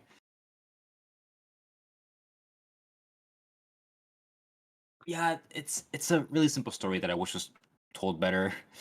I don't agree with the sentiment that James can't write. I agree with it wholeheartedly. He's made Aliens, Terminator, and Terminator 2. Three of the best films ever made. So it's like that. I agree with that statement. I don't know. I feel like James is just honing it in at this point. He's just more focused on showing off the visuals and giving away his message without much nuance. Because The humans, like in the first movie, are comically, cartoonishly evil. You saw enough of it to know that's true, right? Hmm. How evil the humans are. They Like weren't. that's The it. humans were totally much in it. There was more of like the Navi stuff. Yeah, no, they're not much. They're not in it much, but when they are in it, Mercifully so. they're just really, really evil. Mercifully, I don't know about that because I wish that we had more human stuff. I wish that we explored each side of the conflict, but they don't. They don't really do that. Spoilers, I guess, but yeah. But yeah, Way of the Water. Can't say much about it. I think it's a 4. Okay. Wow. A lot harsher than I would have thought. Yeah, though fun watch. I I would say to anybody watching the movie, it is quite the experience to watch in theaters. Definitely, it's a fun watch with the family. It's very casual friendly, and I do still like it. Hopefully, I still feel the same when I see it again. But yeah, enjoyable. Made my mom cry. I'm not gonna ask about why. She I can tell you, it's not bad. Like well, it's spoiler territory, of course, Yeah. but Then yeah. Don't. yeah, Then yeah. Then don't say yeah, it. yeah, yeah, Um. no. Yeah. All right. Next. Puss in Boots. The Last Yeah, Wish. yeah. Let's Yep. do this. Movie you just saw Yeah, today, or yesterday, yeah. technically. Dead. Um. Spoiler alert. I love this movie so much. I love it. I love Hmm. it so. I love it. I love it. It's so good. It's DreamWorks is back, baby. Yes, like this is top tier DreamWorks right now. This like the SS I like class when I was of DreamWorks. when I walked out of this with my sister, I was like, "This is the best Shrek movie since Shrek 2." Short one. Like, But yeah,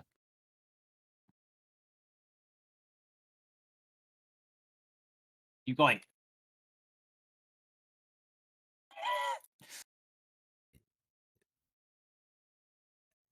you talk about it for a second. The cat got caught at your tongue. What happened? Very fitting. Uh, I mean, he was right about that. This is like the best Shrek movie since. No, fuck it. This is the best Shrek movie. Fuck that. I want to say it. This is the best Shrek movie, and it's not even a Shrek movie. Yeah, Puss in Boots. Uh, what an unexpected movie. Like the trailer for it just sort of came out. Yeah, the Not trailers even. don't do the movie justice at all. Yeah, not even that long before it came out. Like it came out like what 2 months before it dropped the movie. The first trailer came out in like either April or May. Oh, Yeah, jeez. What it was, I guess I forgot about that. Damn. But yeah, it was just a massive surprise that I didn't expect. Like, who the fuck expected there was gonna be a Puss in Boots movie, the second one of all people, you know? yeah, and then And it would first off, be better, yeah, better than the first like one because ten the times first better. movie was good. The first one was good, yeah. Yeah, First one was pretty good. But yeah, Puss in Boots was just it felt like a whole different tone for a movie. Like Puss in Boots one got pretty emotional at points, but not as much as this. Like this movie's I, darker. I felt my emotions like, oh my god, it's getting me. I'm getting teary there and everything. God damn, it's getting to me. Yeah, Uh, it's pretty it's fantastic all the way pretty through. fantastic. It's got a great antagonist. Yeah. Lots of great character work. Oh, the animation is so The good. animation, Animation is I beautiful. well, they use almost like two types of animations. They Yeah, it's like use a mix the of 2D and 3D. yeah, like they I meant more like well, that's true, but like with the fights also, like they change it up completely. They do the whole Spider Verse thing, Oh like yeah, well yeah. on some of the fights. So interesting thing. At the beginning of the film, when Puss is super confident, he's animated in full 24. After he gets humbled, when he's fighting, he's animated in in a lower frame rate to accentuate that he's not himself. I is that true? Because I remember in the first scene when he was like being really full confident, it was going It at the was in slow 20. It was down in frame 24. rate. It was in 24. No, I'm pretty sure it was. No, Oh, I talked to my sister about it, and she noticed that the frame went down after he was knocked down a peg. I don't think so. My sister's the animation nerd. Oh, well, I guess She it's would know. huh? She my sister would be the one who would know.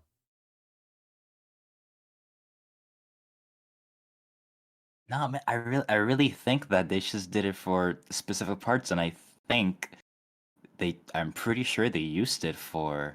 Dude, I'm literally telling you what I heard and what I read. I'm telling you what I saw. Okay? What I'm pretty sure I saw. I'm not saying you're a liar. I'm just pretty sure it was different. But I guess you gotta watch the movie again. Which no more. I don't mind doing. I'll watch the movie again. Yeah. I But really love this movie. I think it's yeah, it's phenomenal. hmm It's the best animated movie I saw last year, yes, for sure, definitely. easily. Uh, I think the only thing's holding it back for me is it's a pretty cliched and predictable story. I could I could tell where it was gonna go, and not in the sense that like it destroyed agency or anything. I just That's the only real thing I can say.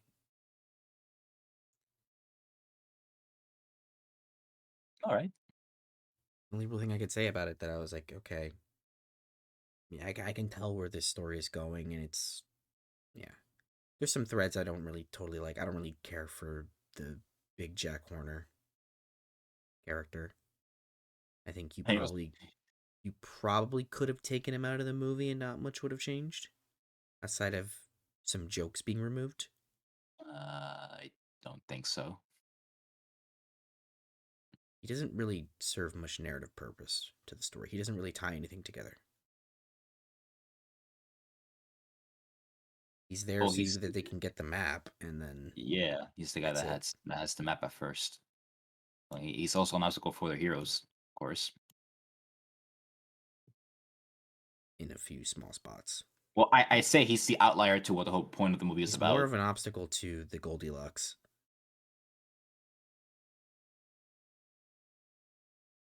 Mm, which those are characters I really enjoyed. The Goldilocks family, yes, they were quite great. they were great. Um, yeah, that was Olivia Colman playing the mom. Yeah. Hmm.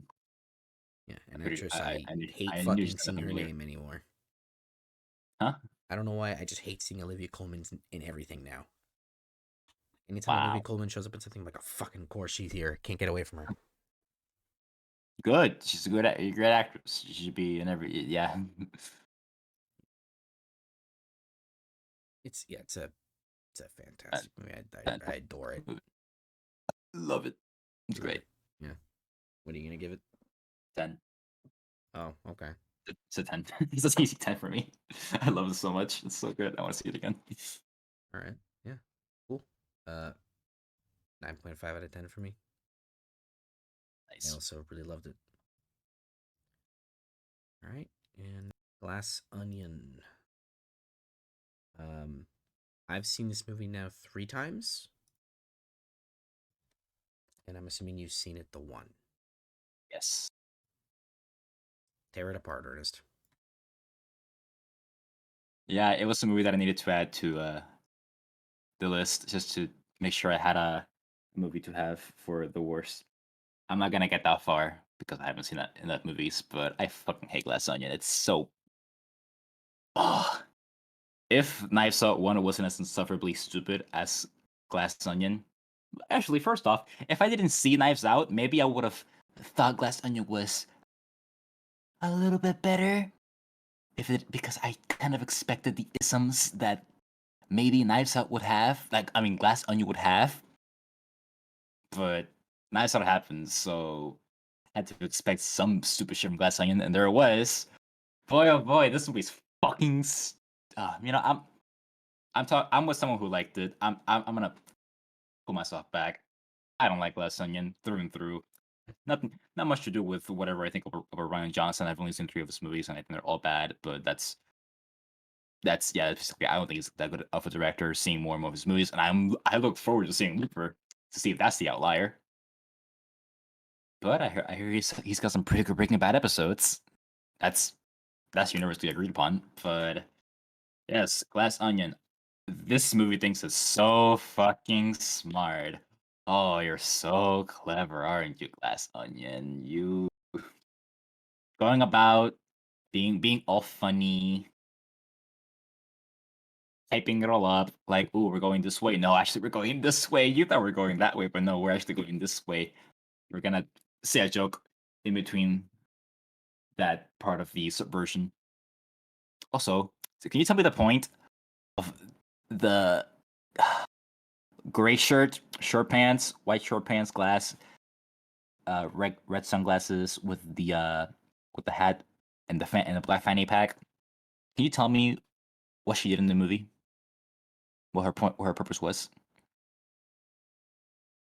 Peg? Huh? Peg? Yeah, Peg. Pretty sure, yeah, Peg. She's there to be forgotten, essentially. Yes. What did she do? I feel like she was just there at points. She's there to be just a piece for Birdie. Anything else? She calls up the docs, just that, and she kind of further accentuates Miles Braun, what he does for Birdie. Mhm. Yeah, she was just there for me from what I saw. Like, oh my god, there she is. It looks like she's vaping. Oh, cool. We can spoiler, right? Uh, movie's only been out for a short bit. Oh, okay. I'll keep it steady. The killer, the big bad guy, he's an idiot. Mm-hmm. He makes all the wrong decisions that make Mm-hmm. the situations for him worse and worse. And it's almost as bad as Chris Evans' character in the first movie, where he actively made it worse for himself in the end when he really shouldn't have. There was nothing on him that they could have helped, but for some reason he could help himself. Fucking a. Uh, I mean, yeah. If I'm keeping a non-spoiler free, I think that might just be it. I don't think Glass Onion is a very clever movie at all. I think it's a tedious whodunit, and I can't believe they might make another one of these. I'm sure they will. They Uh, signed a deal for two movies, 2 more movies, or like two and this and three. another one, Yeah, two 2 and and three. 3. All right, so one more after this. All right, yeah. Uh, yeah, Glass Onion. It's fine. I'll forget about it. I don't think it's very good. Dumb. Yeah, I'm gonna give it a 4. Might get worse if I see it again, and I don't think I want to do that. All right. Okay. uh, Well, Yeah. I quite enjoyed Glass Onion. I didn't enjoy it as much as the first Knives Out. I think watching it now three times, it points out, some of the puzzle pieces that don't fit and some of the ones that fit a little closer now. I quite enjoyed the film. I think it's plenty funny and fun, and enjoyable and fun. I definitely I wasn't as big on the humor with this one. I think it does get a little too goofy and silly at times, but What jokes did you laugh at for the movie? there's quite a few. Quite I don't think I could name all of them right now. Mm, Um, I don't laugh at all. Nice. yeah, Not a I'm sure single you joke. didn't. Um, yeah, no, I quite enjoyed the film. I think it does. I mean, for me, I didn't particularly change in terms of dislike or like on the second and third viewings. Uh, I enjoyed it. I don't like it as much as the first movie, but that's how I feel. It's like an 8.5 out of 10 for me. Like, it definitely didn't It is hard in the second and third views because I saw this in theaters back in November. They were doing an early. They were doing a very like a literally like 1 week only limited run in theaters, and I happened to catch it, and that was fun. That was a fun experience. But that's enough of that before I use it. Here is Babylon, which I can talk about because I watched it. Oh boy. So, Don't Worry, Darling is the most disappointing movie I've seen. I saw it last year. Babylon is the Second, second most disappointing movie I saw there last it year. is. I do think Babylon is better than Don't Worry, Hey, Darling. I don't think this movie's bad.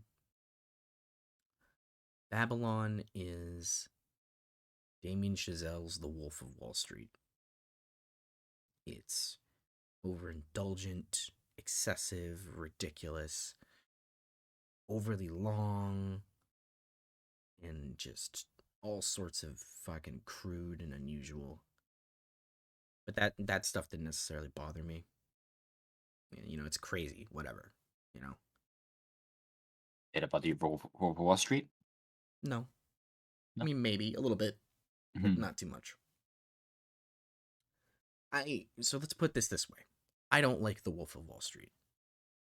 I make that kind of perfectly clear when I talk about it. I don't enjoy that movie. I think it's just too much. Didn't really care for Jordan as a character. I think it's incredibly entertaining, but just don't find much of that movie particularly enjoyable outside of blanket entertainment value. Yeah. Babylon, don't think is really all that entertaining. It's occasionally entertaining, but not always. But what it does have compared to something like Wolf of Wall Street is its leads are much better. The characters are fully developed and fleshed out, and you understand them, and I personally was invested in them. What would you say to someone who wants to fight back on that when if they say that the Wolf of Wall Street leads are better? I say, do you analyze their characters or you enjoy their performances? If they say the former, The characters, yeah. I say, who are they? What are their goals? What are their motivations? What makes them tick? What do they like? What do they don't like? Well, Because with what's that Jordan, very because with Jordan, it's he likes money, he likes cocaine, he likes pussy, and he likes to make money and gain power. He gets off the thrill of it. In Babylon, the characters, all right, what are their motivations? Margot Robbie's character, she wants to become she believes she is a star. She wants to be a big star in Hollywood. She wants to be in the movies. She wants to be a part of something bigger than her. And she wants to party. She wants to have fun. She wants to enjoy the excesses of her life. And she doesn't really want to change. You look at Diego Calva's character, Manny. What is his goals? He wants to be part of the film industry. That's all he wants in his life. He'll literally work blood, sweat, and tears to do it. And he wants to be part of something bigger, more impactful. You look at Brad Pitt's character. He's an aging actor and he wants to see the craft evolve. So what's he going to do? He's going to try to push for any new advancements that he can while trying to do something that lasts. They're all three of those main characters have something to offer to the story and have like actual emotion, maybe not necessarily emotional arcs. Manny definitely does, but and Brad Pitt's character, Jack O'Connell or Jack Conrad, all those characters have arcs, except for Margot Robbie's because her character is meant to stay the same throughout the story because she doesn't want to change. She's not going to change. But all of those characters have a narrative throughout the absolutely ridiculous and overstuffed narrative that Babylon is. Because Babylon is a collection of stories, essentially. It's not a collection of stories, but it's basically like these character stories in the, you know, mid 20s Hollywood as we go from silent films to talking pictures. It's essentially about that transition period. And it's also about the excesses of Hollywood at the time and all that stuff. It's a lot of movie. it's a lot, and it's almost like, what do you say? It's almost too much. It probably is too much. Does it need to be 3 hours and 8 minutes? No, no, it doesn't. I mean, it's yeah, it's fine. It's fine. The music is incredible. The film is incredibly well directed and edited and everything. It's a Damien Chazelle movie, so it's obviously going to be proficient in those areas. Um, the performances are all phenomenal, particularly from Diego Calva, because I've never seen him before, so this is the first time I'm seeing him, and this is a pretty good first impression. But yeah, the movie is unfortunately more miss than hit. So yeah, that's what I think. I'd give it a 6 out of 10. Mm.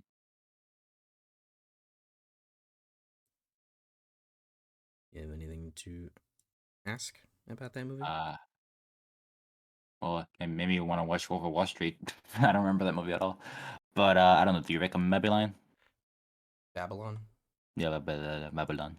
I would recommend it, especially if you are a fan of Damien Chazelle. I would recommend it. Yes, it's two movies that I've seen. Best Picture winner, La La Land. Yeah. Nope. Best No. director winning La La Land. Yeah. Good job, you did it. That concludes this end of 2022 roundup for us. We'll see you probably maybe in a day or two when we do our best of list. Indeed. Yes, you will. Yeah. Enjoy your time until then, and then you'll have a blast with when we come up with our little list of movies. My list is gonna be a little longer than I think I would want it to be. It's a fat fucking list, trust me. Yeah, I saw something like 83 movies in 2022. Yes. Uh, 83, yeah, Mm. quite a lot. Yeah. If you enjoyed that, please consider us checking out our other stuff. And we're gonna Like, like and try, subscribe, gamers. Yeah. like and subscribe, gamers. We're gonna try this year to be hopefully a little more consistent with Is the that is section. that your resolution? Yeah, I wanna I wanna kind of not only just do like the modern, like the recent movie reviews, but I think we should go back a bit to what we initially had the idea for this to be, which is just kind of us talking about any movie. Yeah. So if we even talked about older stuff. Yeah. So I would like to kind of go back to that a little more often. Yeah. That'd be cool. Yeah, we'll be back not as long. Maybe it won't be a while before you see us again. Yeah. Might be. Maybe. Who knows? You know, so we don't get fucking dates, don't judge us. Yeah. All right. Well, thank you. 먼저 하요.